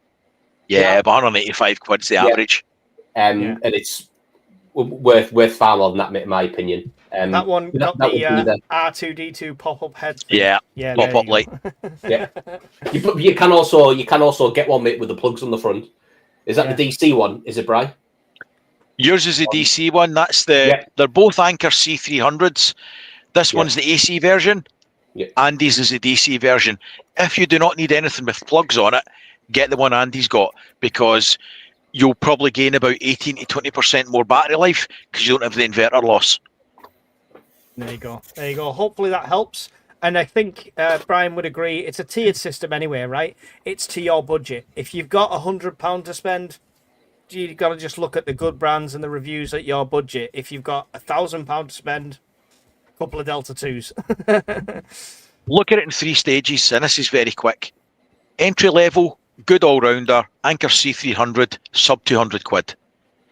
Under 500 and up to 500 quid, Delta 2. Up to £1,000, Delta 2 Max. That's the 3 tiers. That's pretty much what I would suggest. Vanessa Kitty, C300, Costco buying done next month. There we go. Spot on. Just start these last couple of questions here and go back. I'm still blown away by that £50 super chat. That was awesome. I don't think me or you will go enter onto the power bank question, Alan. We'll skip that one for us. Hey, sure, mate. Show some of your power banks. I'm on 22%. That's not 55. It's mirrored. It's 22. Right. So actually, I will say this is down to listening to Brian and stuff because I would charge these up and leave them charged and leave them in a drawer. That's all I'd do. Okay. The joke that Andy's on about is because when I went on my hike, they all died, and then I brought them home and I didn't put them straight on charge, and yeah, it bit me in the butt. Now I don't just do that. So this has been used. The reason this is charging now is because this has been used over the weekend. So they charge the kids' iPads and stuff like that. Just so every so often it's having that use, and it's like charging it all away and then recharging it. So yeah, that's down to Brian's advice as well. Grumpy Adventures, joining the channel has elevated my prepping more in the last 10 months than what I've done in years, equipment and knowledge. Excellent. Great to hear, Grumpy. That's great to hear. Great feedback for all the guys on here. And everyone who's in here, we've still got questions to go. 168 people in here. Just so you're aware, everyone's in here has got their channel below. So World Survivalist, The Bombardier and Scottish Prepper 73 all have YouTube channels, all offer great advice on their specific subjects. Brian, expert in power, stuff like that, everything like that. He won't call himself an expert, but as far as we're concerned, he is. Andy, he's got comes at it from the military angle, some really good gear testing, stuff like that. And Alan is actually out there doing the outdoors stuff, going out there testing all the gear in some harsh conditions and everything like that. So all have their own niches, all very specific. I don't do anything. I just fail at stuff. So you get to see me fail. You're the morale, mate. You're the morale. I'm the morale. I bring all these guys together, so I've got a chance of surviving. Yeah, I just want to say I'm no expert in that stuff either. It's just my take on it. So don't go out and Definitely. put yourself in the mountains and then blame me afterwards. It's Disclaimer. Look, he's panicking. Just generally though, these guys give up their time for this channel, so please go and check out their channels. Go and subscribe, see what they've got to offer. Everyone will give you a unique perspective, and you'll learn nuggets of knowledge from them all, like you would from anyone on YouTube if you know where to look. So just wanted to mention that while we're halfway through, so because you all peter off at the end. Vanessa Kitty says, what blade edge length can you carry over their non-locking blade? 2 inches non-locking, right? Is it 2 inches? 2.5 inches? Can't remember. 2.5, 3 inches, something like that. Yeah. I'd need to check. Yeah, I'm pretty sure it's a 2-inch blade is like the Non-locking. go to. Non-locking, yeah. Basically, nothing. It's a joke. So basically, this is skirting the edge of what you can have, right? And there is some much more in-depth, intimidating ones that people can buy and stuff like that, but it's an everyday carry. In this country, it's not a self-defense weapon or anything like that. It's for cutting a bit of rope or doing a job. So there, difficult one, Vanessa, but thank you for the question anyway.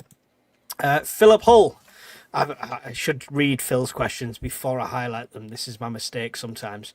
How useful will a hairdresser be after SHTF and other non-core jobs that may be useful?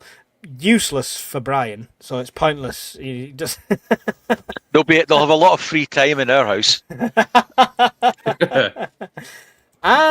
I'll go around the table and see what you guys think, but I think everyone will have its place, and skills can be reused. If you're good with scissors, I'm sure that can be reused for other purposes as well. But grooming is going to be a thing, and it depends what level we're talking about rebuilding a community. Are we talking about just barely surviving, or are we talking about rebuilding a society? So everyone's kind of got a skill set there. Alan? Do you know, it's one of those interesting things, but see, from a survivalist point of view, if you're talking about prolonged survival, grooming products like combs are absolutely invaluable. All ancient people who used to, basically live in the wilderness had a comb of some description because it was important to be able to keep their hair, because they had long hair, so they would try to keep it as trim as possible. But I can relate. Well, yeah, but even like a beard as well. See, to be able to comb through your hair or comb through your beard, it keeps away things like lice and things like that, which it's much easier to pick up things like that if you're in unsanitary type conditions, which you would be in an SHTF situation. I mean, everybody remembers the C19 days where you couldn't get a haircut and everybody was doing their own bloody hair, and the problems around that. So I think they would be valuable to some extent, but things like combs and scissors in long-term situations are another one of those things that people just probably don't think about. Yeah. I agree with you, unless it's a lawyer. Then other than that, Andy, what's your thoughts on it? Well, in terms of hairdressing, mate, I think it's important. I almost say, mate, from a hygiene perspective, but also, mate, when one of the lads in Africa, mate, used to cut our hair, when we're out there, and it's also, mate, a good bonding thing. Mm-hmm. You can have laugh, you can have banter when someone's cutting your hair, gives you a lift, gives you a boost. So in those types of terms, if mental health, I know you did the mental health live stream the other day. It's good for that type of thing, mate. I know I never talked about it here, but I'm a qualified therapist, and I did that for 4 years. So I did CBT, REBT, Gestalt. I was integrative. So jobs like that, mate, would be. You would not think he was a therapist if you sit with him at a prepper meet. It's the most judgmental person ever. Carry on, Andy. Sorry. So jobs like that, mate, would be invaluable. Especially SHF, mate, when you can't get when those types of things would be limited. So yes, or anything, mate, anything that is a skill would be necessary at some point during SHDF, and obviously cutting hair is a skill, unless you want to be like Brian and just shave it all off. Yeah, apart from politicians and lawyers, they're food.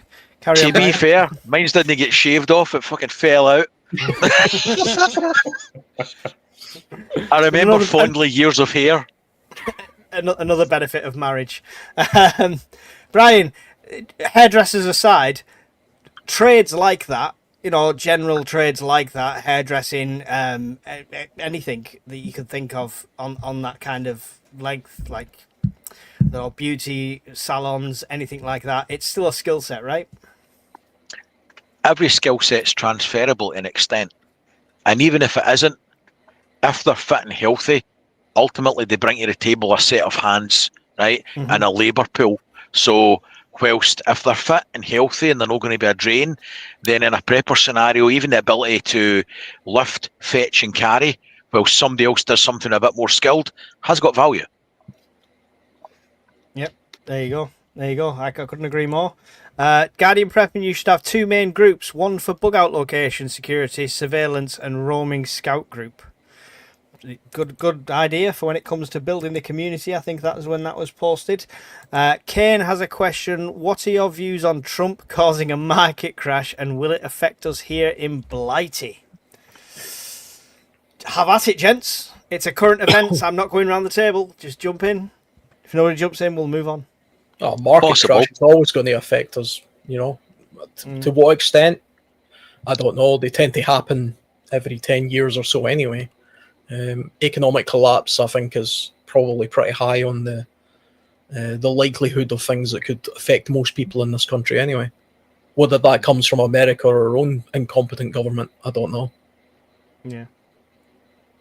Anybody else?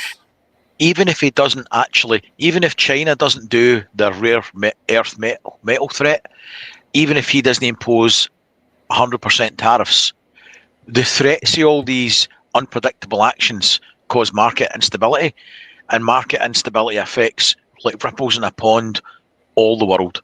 So didn't we see digital currency take a plummet over this weekend as well? billions get wiped off of Bitcoin because of a statement made by people in power. They don't actually have to carry through with the threat of action. Just talking about it Liz Truss, she wiped out the value of pensions by talking about an action. Didn't actually do it. Yeah.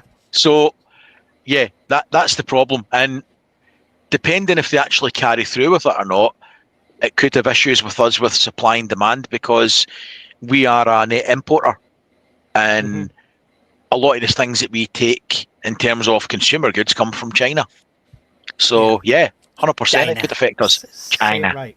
The problem with these kind of billionaires and stuff, that when they say something like Brian's saying and it does something to the markets, they do that deliberately. I mean, Elon Musk shorts his stock all the time deliberately because he's got the inside knowledge. And if he says something, people say, oh, he's just wiped $50 billion off his wealth. Has he? Or has he just reset it so it can build itself back up again so it's not a bubble? He's shorting his own stock is what he's doing, which is a clever thing to do. Yeah, it's very smart. Very smart. Cool. Thank you for the question, Kane. I think the world's so interconnected now financially and every way possible that we can't ignore anything like that, no matter if it's on the other side of the world or not. So I would just have that as a caveat with everything. Jimmy Walker said, "Are there harbour freights in the UK?" No. I believe that's a tool shop. Is it? It's a kind of like Costco type thing, Right. as far as I'm aware. No, we don't have any. No. There you go. That was easy. Thank you for the We question, don't have a Jimmy. Sam's Club or anything like that either, or a Publix. Or... We've got Costco now, which we didn't have. Walmart own Asda, which when they took over, I thought, brilliant, we're going to get Walmart. No, it's just same Asda shit. I don't think they do anymore. I think they might have They sold sold it. that, actually. Yeah. They sell it, yeah. The closest thing we had to Walmart. Does anyone remember Big W when it popped up for a short period of time? Yeah. I remember that. Yeah. That was trying to be like a Walmart. It was great, but it didn't last 2 minutes, which is weird. So I think it went down the pan with Woolworths, wasn't it? It was part of that kind of family. Anyway, not enough reminiscing. Marty Everton, which type? Oh, we've done that one. I apologise for that. There we go. With rare earth, there we go. Rare earth potentially being hit soon. Should you invest in ferro rods more via Mike Link as they have rare earths in? That's a good point. Do you think I'd it'll go invest down more to in that power level? banks. I know you would invest in power banks if there was an abundance of power. If power was free and we could power it off the rain, you'd still invest in power banks. I tell you Yes. what, ferro rods use so little metal, so little material. You may as well get a couple of them anyway. Like, see one like this, right? Right, Alan, you need to tell me where you got it. Because every time I find one, I think, oh, that looks like a big one, and order it, it comes and it's this big, right? I don't know, that's just me not being able to judge sizes. Brian's mind's going on the overload right now. He's going to explode with innuendos, but I need a bigger one. Yeah, you want a big one like this, and Stop you don't want laughing, and you don't want it to have you don't want it to have the stupid plastic handle on it because that's useless. You could just wrap tape around that if you like. But these ones are the best ones. I think I just got this off Amazon actually. I can't remember. I'll take a look and see, and I'll send you the link or whatever. Send me the Can't link. remember. Send me the But link. tell you One what, of those big 3-inch ones. this will literally do nearly 200,000 strikes. You just can't use it up unless you're terrible at it. And I mean, Mike will. Excuse me, I'm good with that. It doesn't need charging. I can use a ferro rod very effectively. It doesn't need charging, and it's setting fires. We know I can set fire to anything. I've got to be honest, as soon as you go to strike it, it'll probably just spontaneously combust and that'll be it gone in one shot. How is your ferro rod actually burning? It's like a fucking sparkler by the time you do it. tell you another thing I'll say actually, just on things that I see people prepping that I don't think they really should. See magnesium blocks. Don't bother with that. Buy one of these. You can use this the same way as a magnesium block, but this can be used more than a magnesium block only has one use. This has multiple uses, including what you can use a magnesium block for. So don't waste your money on magnesium blocks. Yeah, Just get a couple of big ones of these. Yeah, doubles up as a billy club if you get a big enough one. Cool, thank you for the question, Phil. I think that was sufficiently answered by Alan there. This one's for Brian, because I think he already answered it in the chat. Christopher Jenkins, what would you do if nukes dropped? I would die. It's really that simple. I would be dead. Along with most of the UK, because we don't have the landmass to trade. I get a certain amount of stick, rightly or wrongly, that I'm fatalistic and I would give up. It's nothing to do with that. I'm fairly pragmatic. I'm an engineer by profession, and I try and think things out logically, and I can prepare for everything up to a nuclear event. But unfortunately, if somebody drops nuclear weapons where I live, then I will die. And I don't spend a lot of energy worrying about that, because it's one of the things there's nothing I can do. But everything I can do up to that point I will do, and I can do. Would that change if you won the Euro Millions big? Would you go for the whole bunker? Would you try and prep for that? Oh, it's just frozen, I think. If Just money move to New Zealand. If money wasn't an option, Brian, would you prep for it? If I froze there, if money was no option, I got that much. If money was no option, because of family commitments, etc., I wouldn't move from Scotland, but I would probably move location, and I would build something that would give me a chance to cope with long distance blast and radiation effects. But Yeah. there's no point where I live. There's nothing I can do about it, and I wouldn't waste an erg of energy thinking about it. Don't worry about it. Yes. So it's not fatalistic. It's just something beyond your No, control. it's It's practical. outside of your sphere of Yeah, influence. there's nothing I can do about it. Yeah. Yeah. Andy, if they drop, what are you doing? Digging a spider hole? Hiding under the best tarp you've got? Nah, I'm getting drunk, mate, and just being out till I peg it. There you go. I have absolutely. I'm like Brian, mate. Unless on the Euro Millions, I wouldn't. And that comes down, mate, purely from I know how hard it is to live during that. When you do all your CBR and stuff for the military, it is horrendous, and I wouldn't want to live through it, mate. If I'm being honest, Unless you had that billionaire unless bunker. unless I had, mate, the means to do it properly. That's why I don't prep for it at the minute. Yeah. Alan? You know, there's a few different angles you can take when it comes to prepping for nuclear bombs, because nobody really knows how it would go down. It could just be like a dirty bomb, 1 or 2 bombs, or the all-out mad type scenario, literally the mad scenario where they hit all over the place. As it goes, the dead hand. Yeah. I mean, as it goes, where I live in Scotland, I'm pretty sure I will be dead, purely because I've plotted out where I think nuclear strikes would be. This is how I prep for it. So I've plotted out where I think nuclear strikes would be. I've used the nuke map and current knowledge of what type of weaponry is likely to be used by the Russians, because it would be the Russians that use them. What the blast radius and radioactive fallout would be based on the targets in Scotland. And my bug out locations, if you like, my caches, actually follow a route that goes between these points.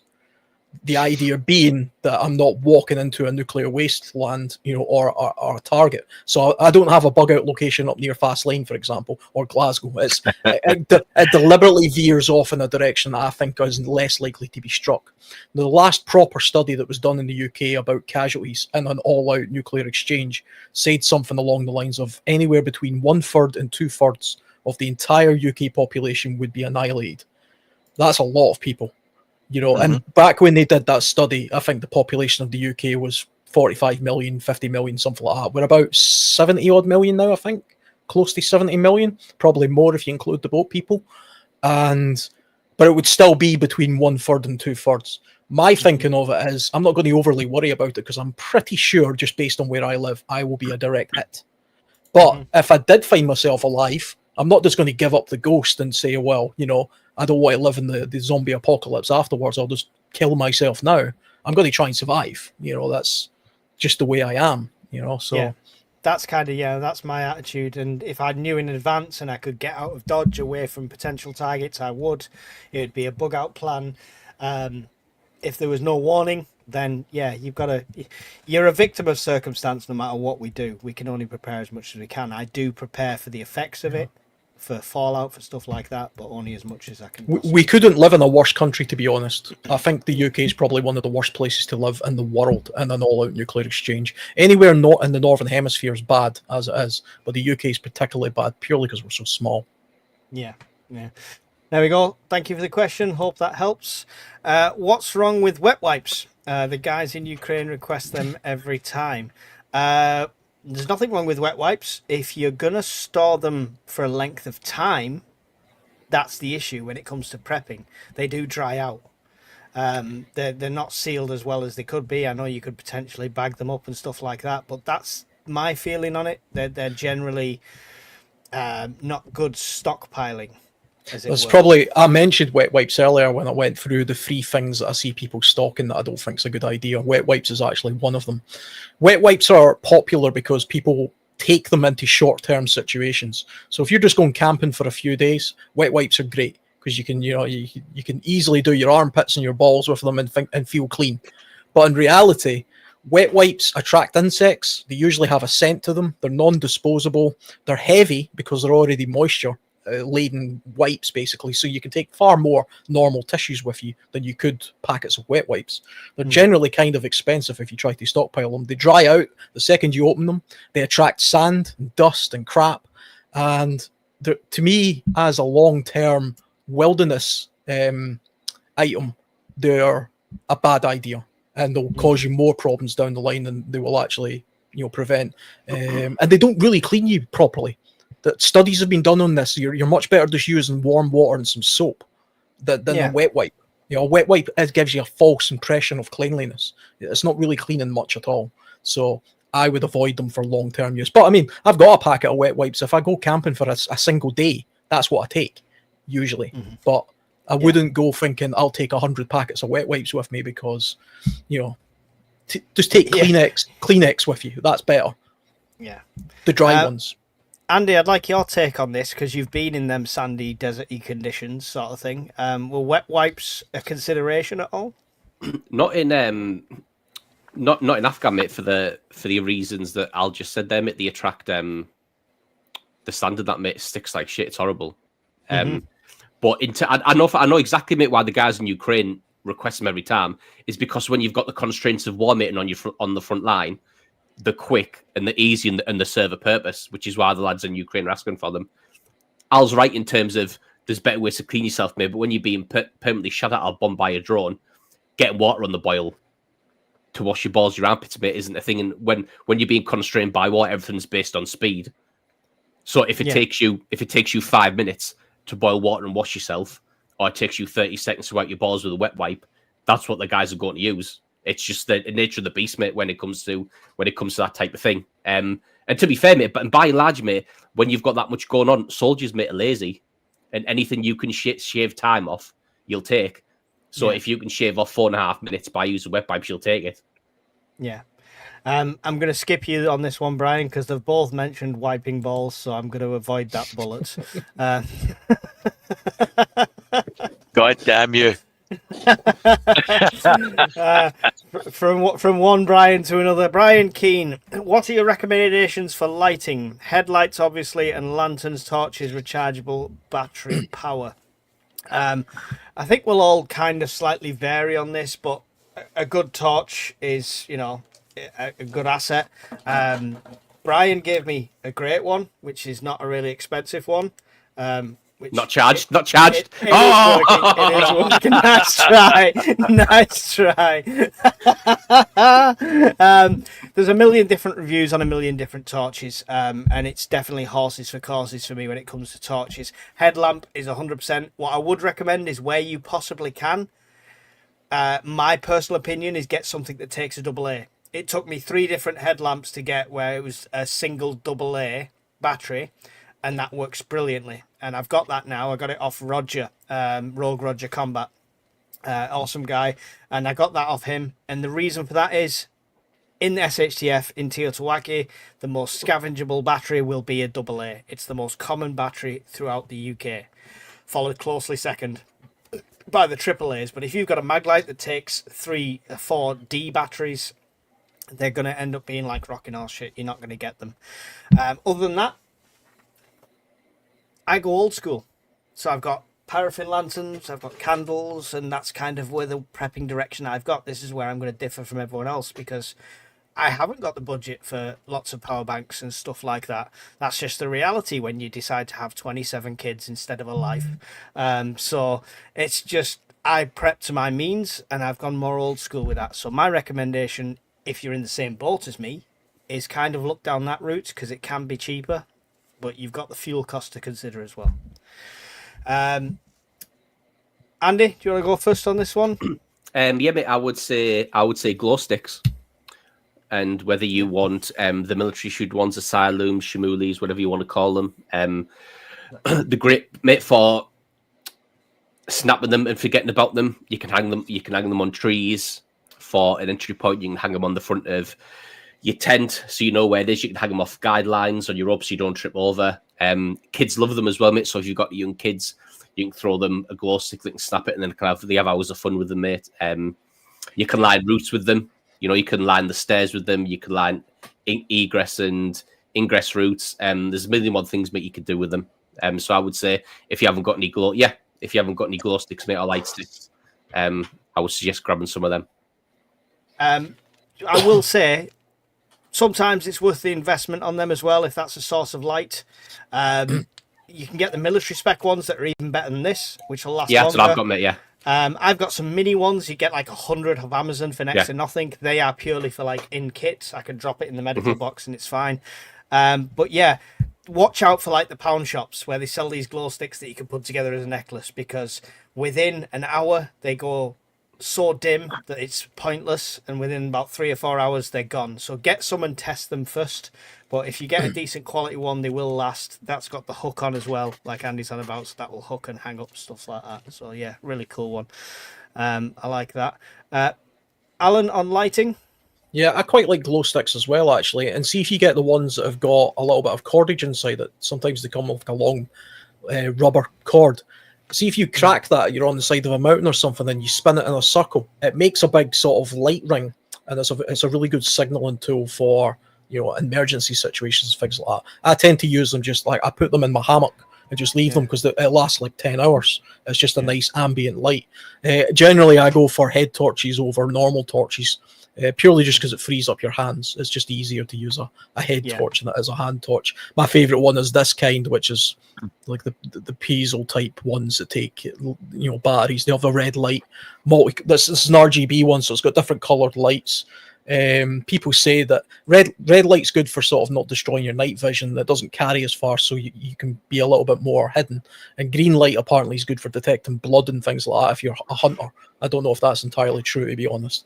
And I think blue light, I don't know what you would use blue light for, but these Hotel are quite rooms. good. To signal all the boys. Yeah, but candles as well. You know, I've got a bunch of candles. As part of my emergency home kit is I've got those 12-hour pillar candles. I've got a few in this room. You know, just go old school. 1 or 2 of them in a few places like the bathroom, the kitchen, and the living room. And you know, in and out a power outage, you can have a fairly well lit room. Candles are actually quite easy to make in the wilderness as well, using pine and things like that. So that's another skill that isn't too difficult to learn. Yeah. Top tip for anyone wanting candles, right? So these are the IKEA ones, 26 hours. So it tells you the burn time on them. It's not 100% accurate, but some of them are quite good. After Christmas, in January, go into IKEA, you'll pick these up for next to nothing. These, I think, cost me 25 pence. Decent. Because they just clear all the Christmas stuff, and it's a Christmas one, hence the red candy cane. But it doesn't matter to me. It's worth it. If we're still not in SHDF by January, get yourself to IKEA. No affiliation. Brian, lighting's not an issue for you, right? Because, you know, you can have eco floors powered to spotlights and you know, airplane signals and everything. It's a toolbox. Everyone's a toolbox. Lighting, like your power bank, is worthless unless you've got a means to power it. So what I like is in fact, I'll show you some, 2 seconds. See the little LED light strips? And the power bank that you had, these use next to nothing to run. Yeah. They're about 4 or 5 quid, and you'll light up your whole room. And you can use your little power bank. Doesn't need to be a medium or a small or a big power bank. Just the little ones that you can buy for 10, 20 quid. Yeah. And it'll light up your whole room for a fiver. Yeah. So other than that, for general lighting, that would be my thing for home. For power consumption and cost. But you need a handful of head torches. And like you said, a common power theme. So whether it's a rechargeable battery of the same type, or a mix of disposables and rechargeables, which I think you should have a mix of disposables and rechargeables. Yeah, definitely. The one thing I will add, Brian might cringe at this, because the solar panel's very small. I picked this up, and this was a Temu special, so get it before November. But this was a Temu special, and I wasn't expecting much. It was to kind of get it to try it. But because of the LED in it, how bright it actually goes, this hasn't been charged since I got it, and that was we know. Had to, didn't he? That's about 6 months ago. The point is, you don't have to charge this, right? Because it comes with That's lucky. this. It comes with this solar panel, and it's a long wire. And I've tested this, and I can literally hang this out of one of the top bedroom windows. They're facing the right way, and the wire will run in, and it's long enough to hook just round my actual light fitting, and then this dangles off, and it does light up a whole room. This cost me less than £5. So it was a test. I got one to try it, but it was worth it. If you're on a stricter budget than a lot of people, it was a no-brainer, especially Nothing if you've wrong not with that. got the solar. Yeah. What I would say is prepare for the season, like we've always said. So your lighting and your charging solutions will differ by season. That is great for the winter, the summertime, where you've got a strong and plentiful solar supply.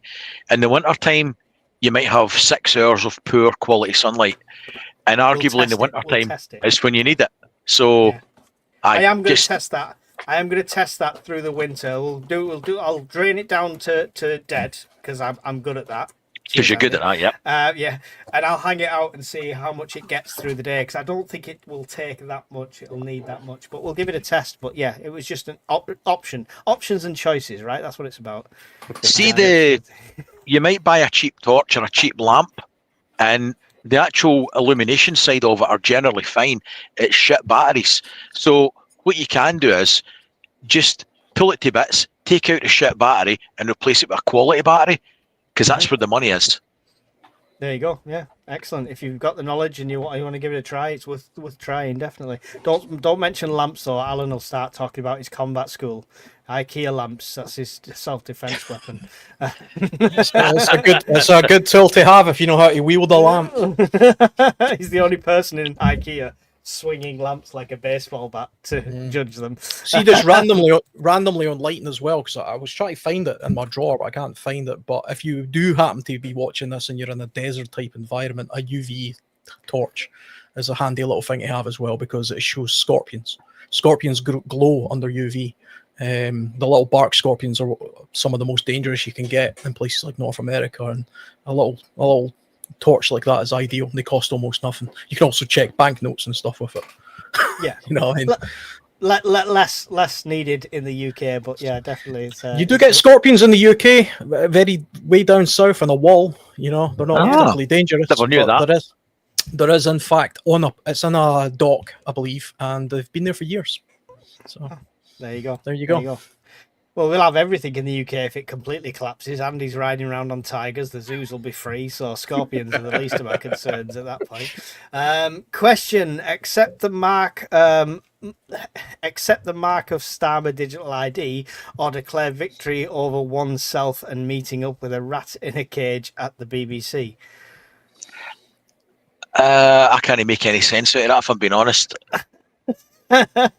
No offense. Neither can I, and I absolutely hate rats, but I'd take that over the ID. Yeah. So whatever it means, I'd take the rat. Okay. I don't think the ID will come to anything. I think that'll fail. They won't have the support for that. They've tried it before. It looks like it's going that way. It'll be fundamentally rejected.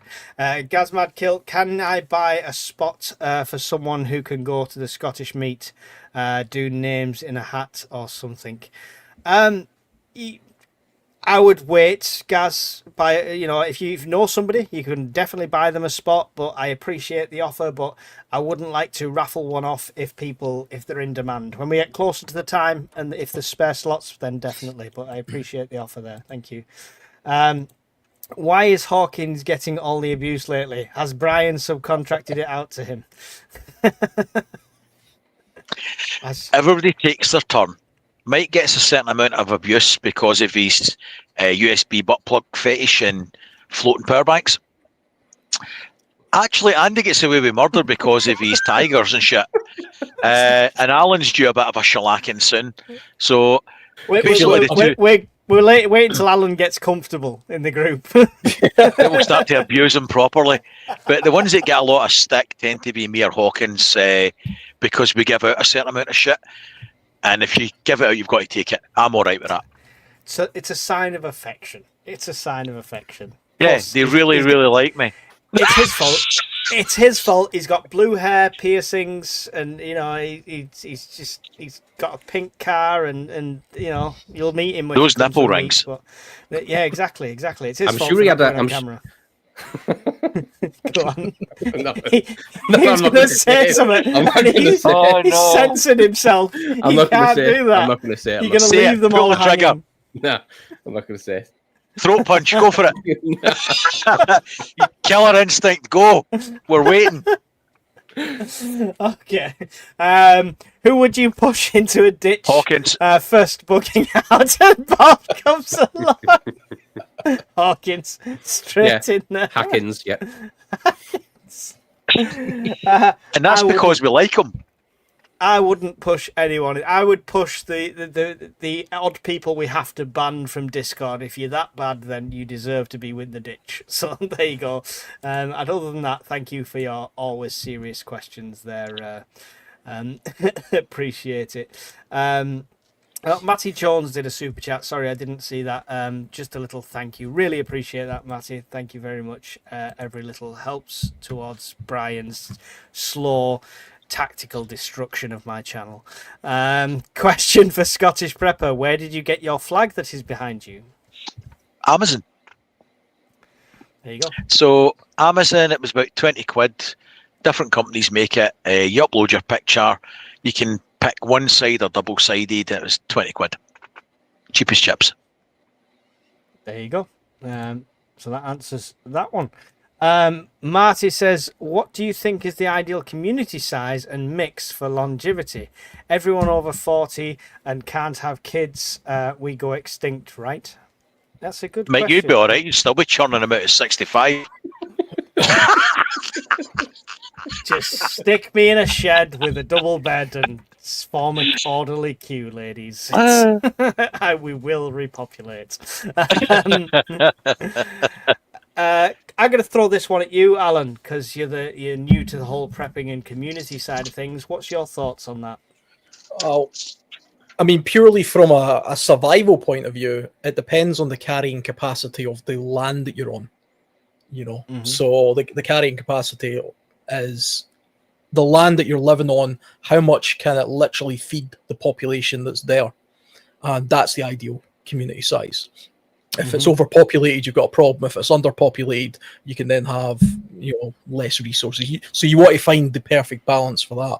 And I think generally for most nomadic people, it's usually about 60, I believe, and it tends to go up to the higher end of about 200.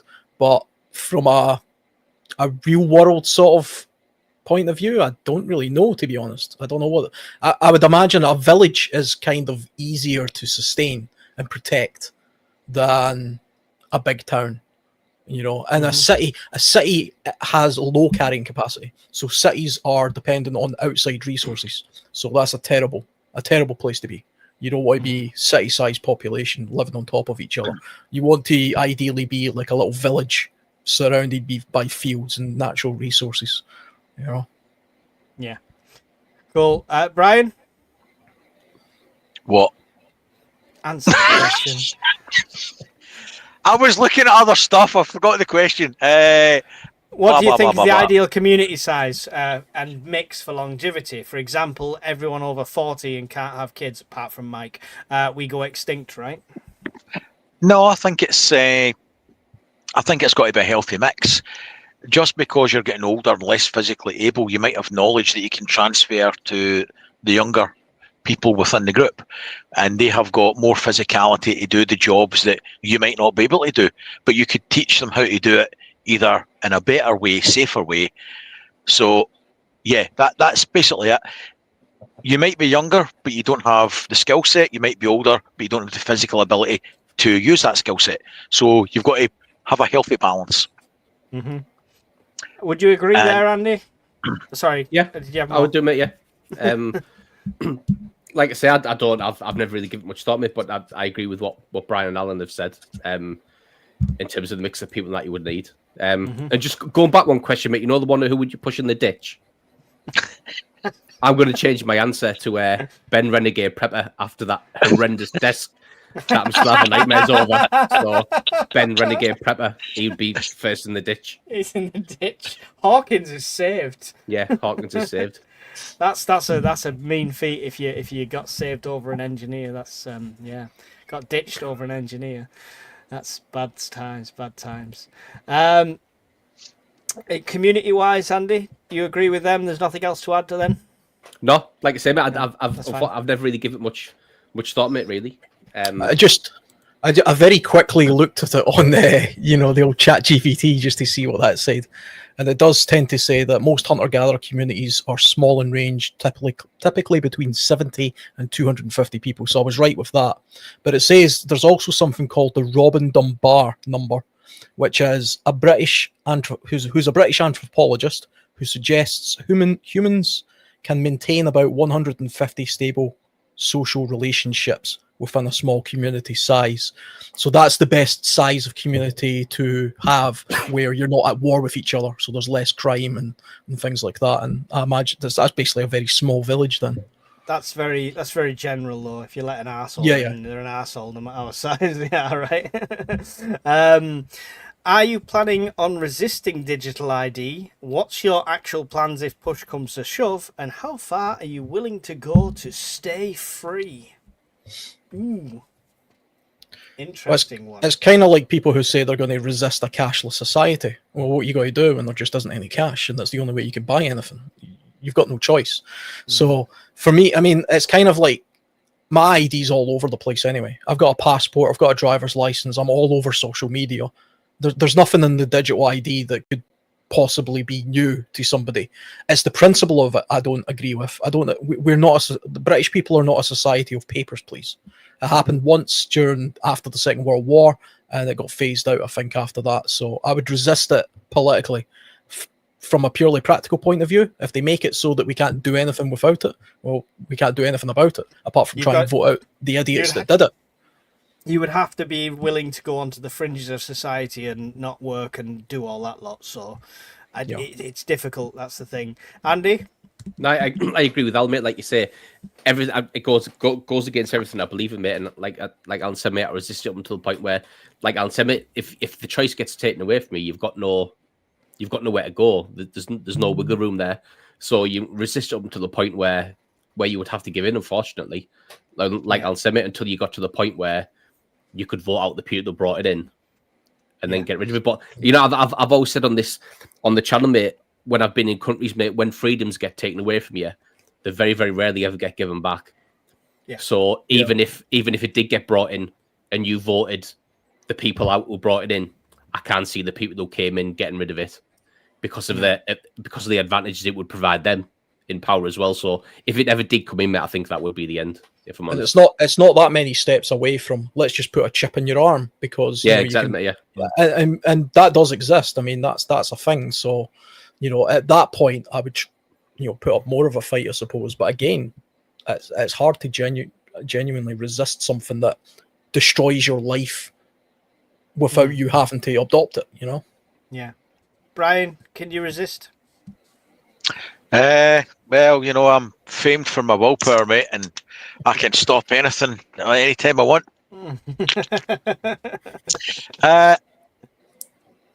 We're going with the assumption here there'll be a choice. It'll be forced on you or guided or manipulated in a way to eliminate the choice.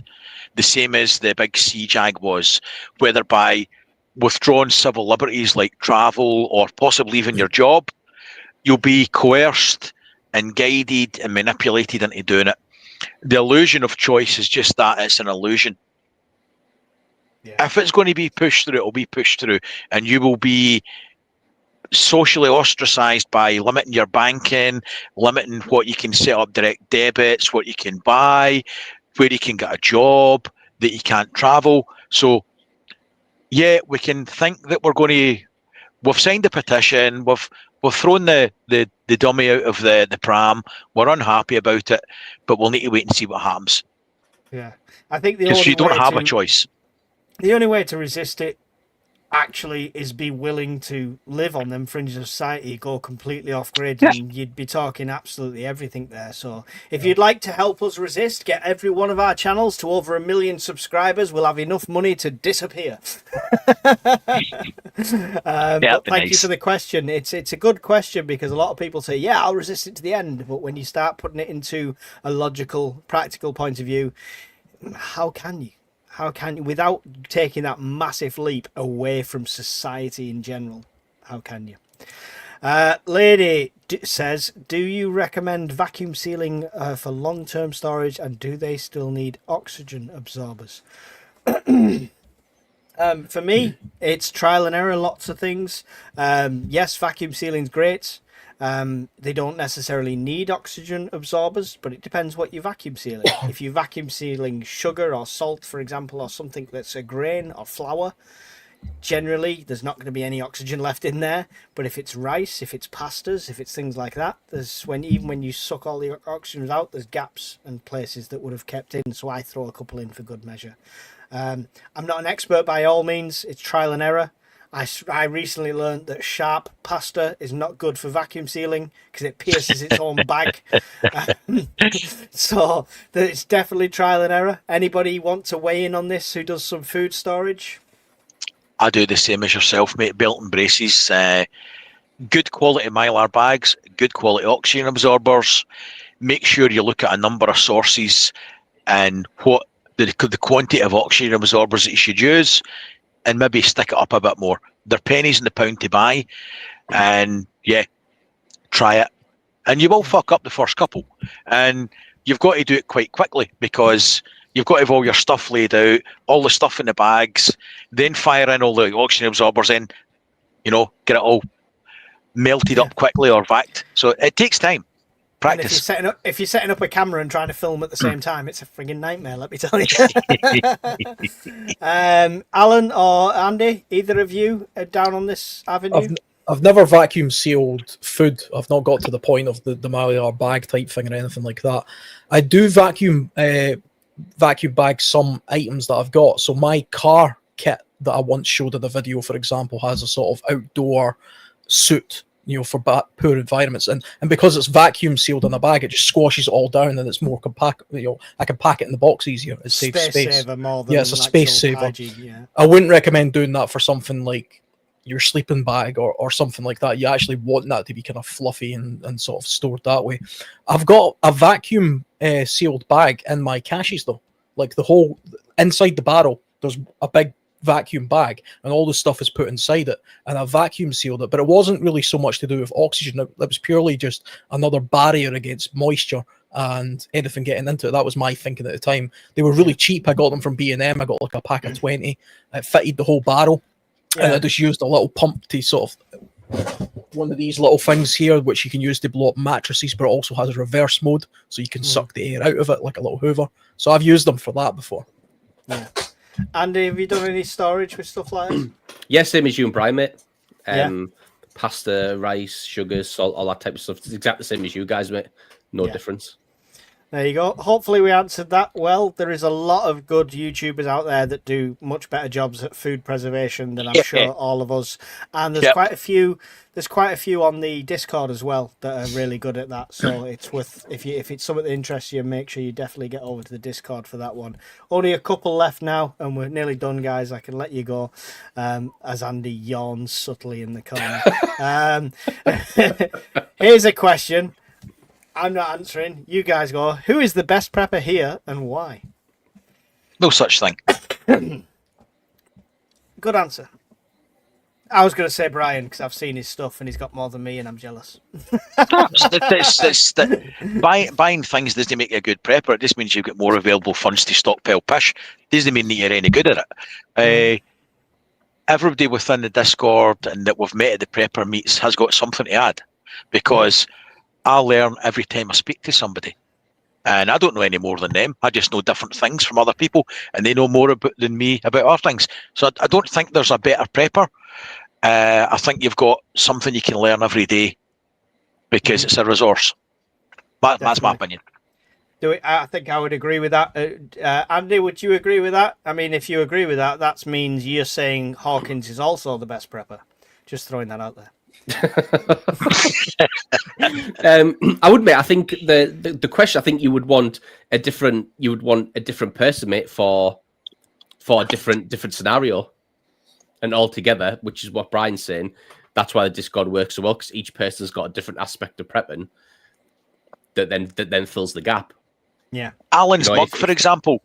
Sorry. Yeah. Yeah, perfect example. That's a prime example. Not talking about his face.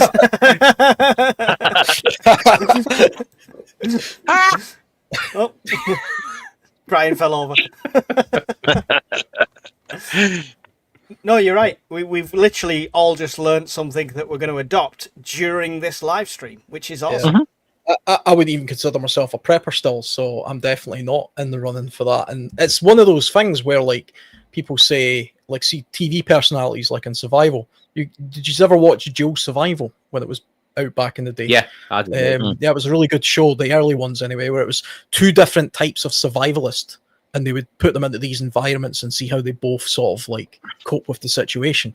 But it became really apparent really quickly that you had Dave Canterbury, who was a sort of Eastern Wilderness ex-military type guy, and you had basically a hippie called Cody, who was a desert survivalist, that if you put them in the desert, the hippie was fantastic and the military guy wasn't that good. If you put them in the Eastern Wilderness, where Dave Canterbury excels, he was the best guy. So it was entirely situational dependent. And also, I mean, you could get like Bear Grylls and Ray Mears and say, well, Ray Mears is by far more knowledgeable, which appears to be the case.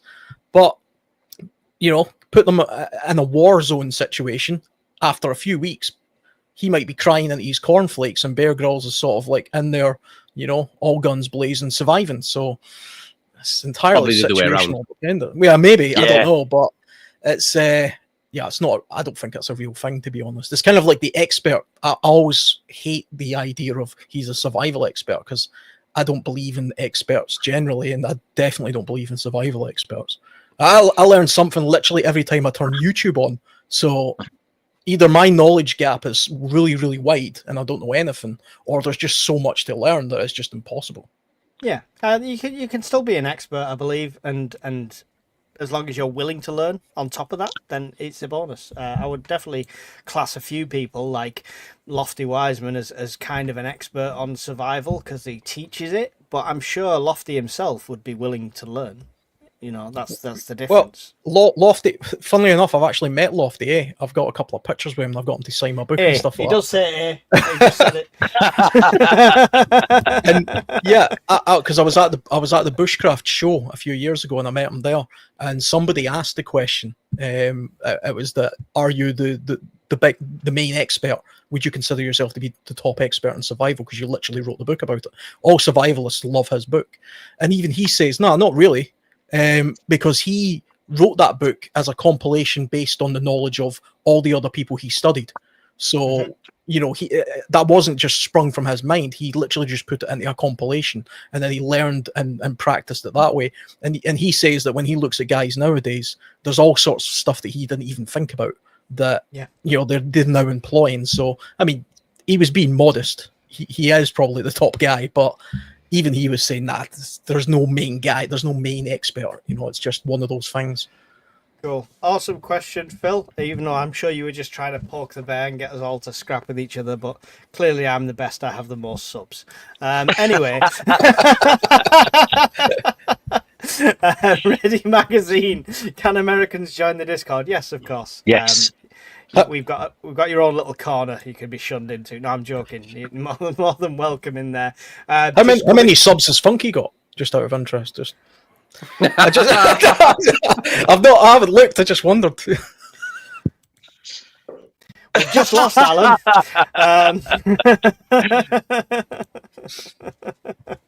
Wow. Yeah, that's worse than powerbank jibes. Just right. Alan's just took the gloves off. I'm getting ahead of the game. He's just took the gloves off. You've already said that you're going to start targeting me, so I'm just getting ahead of the game now. Preparing the path. Any actual thoughts on a community plot of land? I'd love it. I aim for it. I strive for it. And if I ever have the funding, I'll have my own plot, and it will be a community place as well. Anybody else think that could work? Or I think Barry's working on it, isn't he? Barry's working on it as well, isn't he?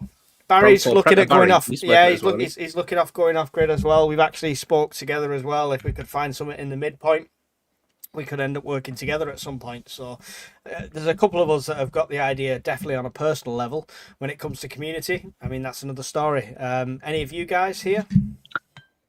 No, I haven't looked at a community one. I'd love to go off grid with my own plot and a patch of land, but it's the price of land has went absolutely bananas. But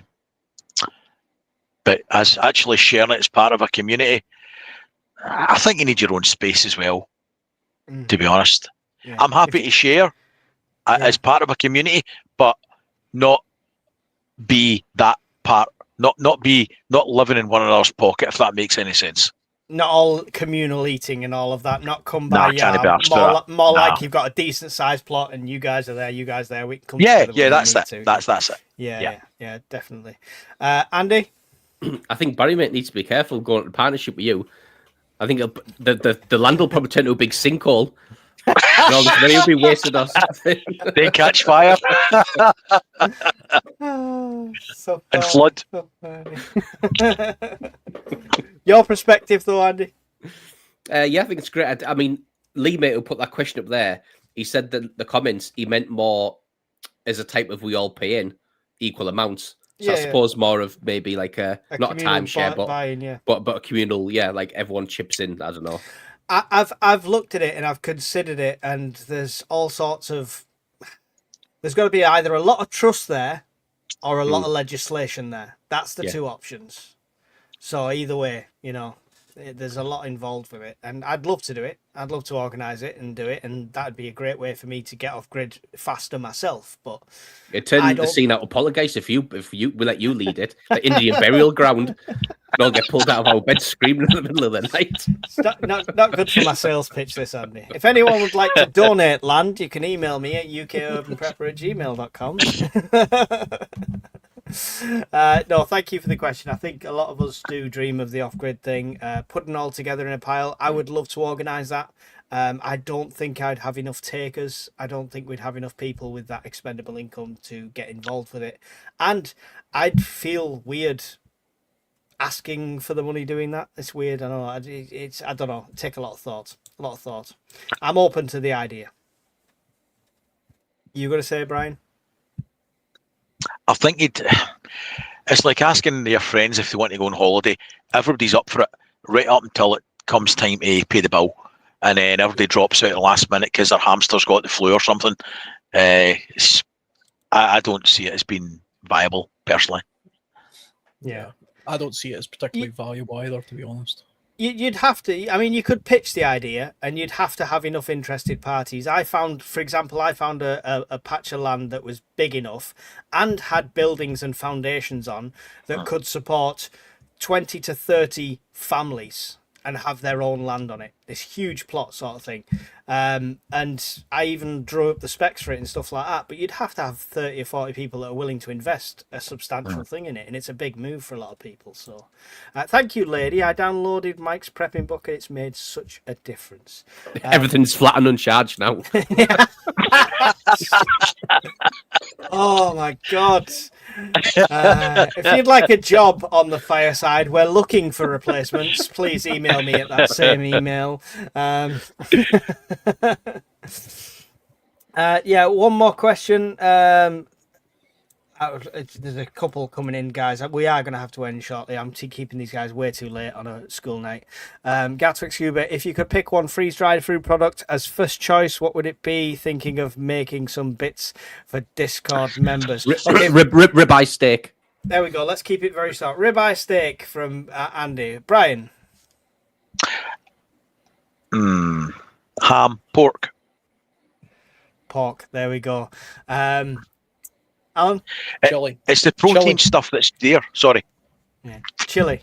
Yeah. I would have to go classic and the mac and cheese. It seems to be the easiest and the most common, but I do enjoy it. I've not had a bad one yet. Touch wood. So there you go. And where would you love to buy land in the UK? It doesn't matter to me, but generally we want to be, personally for me, we want to be up Scotland for family and for, you know, just the price of land. The further south you go, the higher it goes. So I've had an option recently of land in just as you go into Wales with a house and everything like that, but we can't work it out practically with travel. So yeah, for me, Scotland. Anyone any different, or just does it not matter?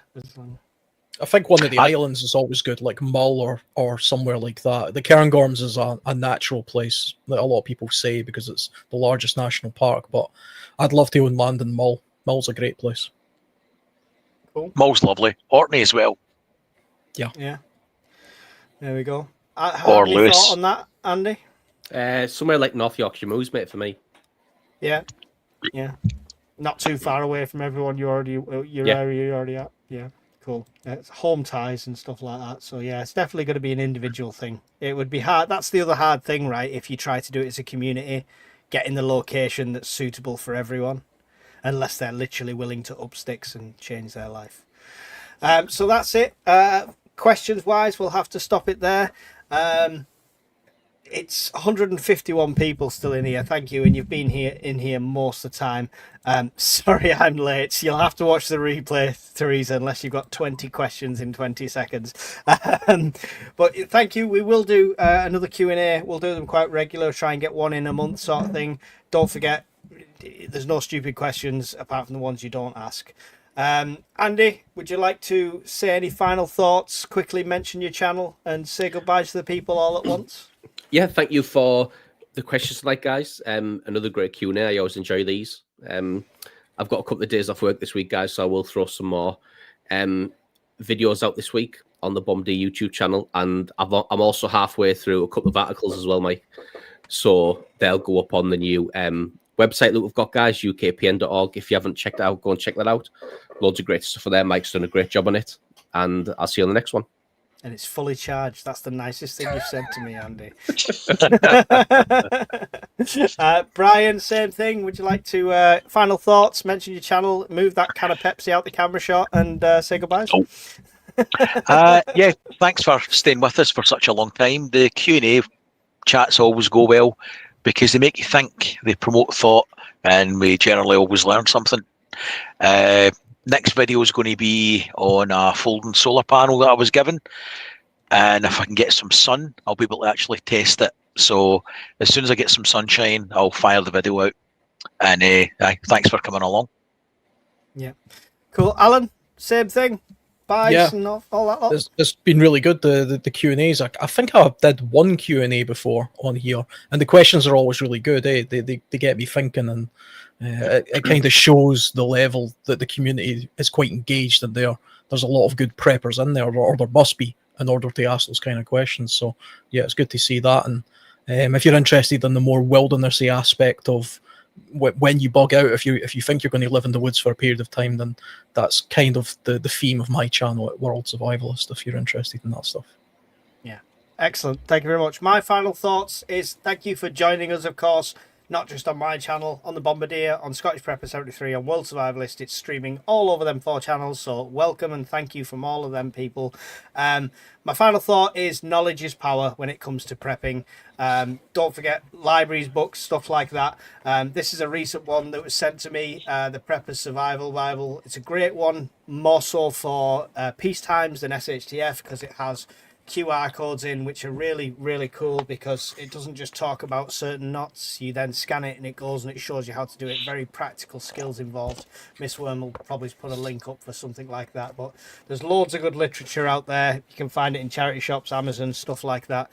Knowledge is power, guys, so learn and have lots of reference books. That would be my final thought. Miss Worm, thank you for all the links and supporting the channel like you do. Go and check out her channel, which is at Miss Worm. Some really cool stories, original material, and she's a published author. So purely out of morbid curiosity, go and subscribe. Do it now. Thank you very much, guys, and we will see you in another video really soon. Goodbye. In the glow of embers dance, we've prepared for every chance, living simple, living true, with the dream we all pursue.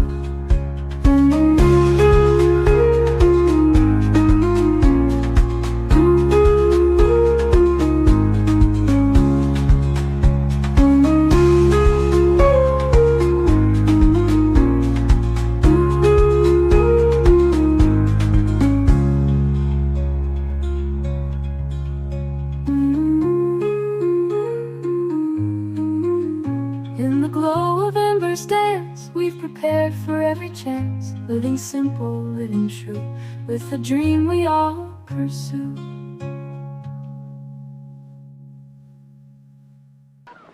I'm Brian! I'm Brian! I'm Brian! I'm Brian! I'm Brian and so's my wife! Right, take him away and release him. No, I'm only joking. I'm not really Brian.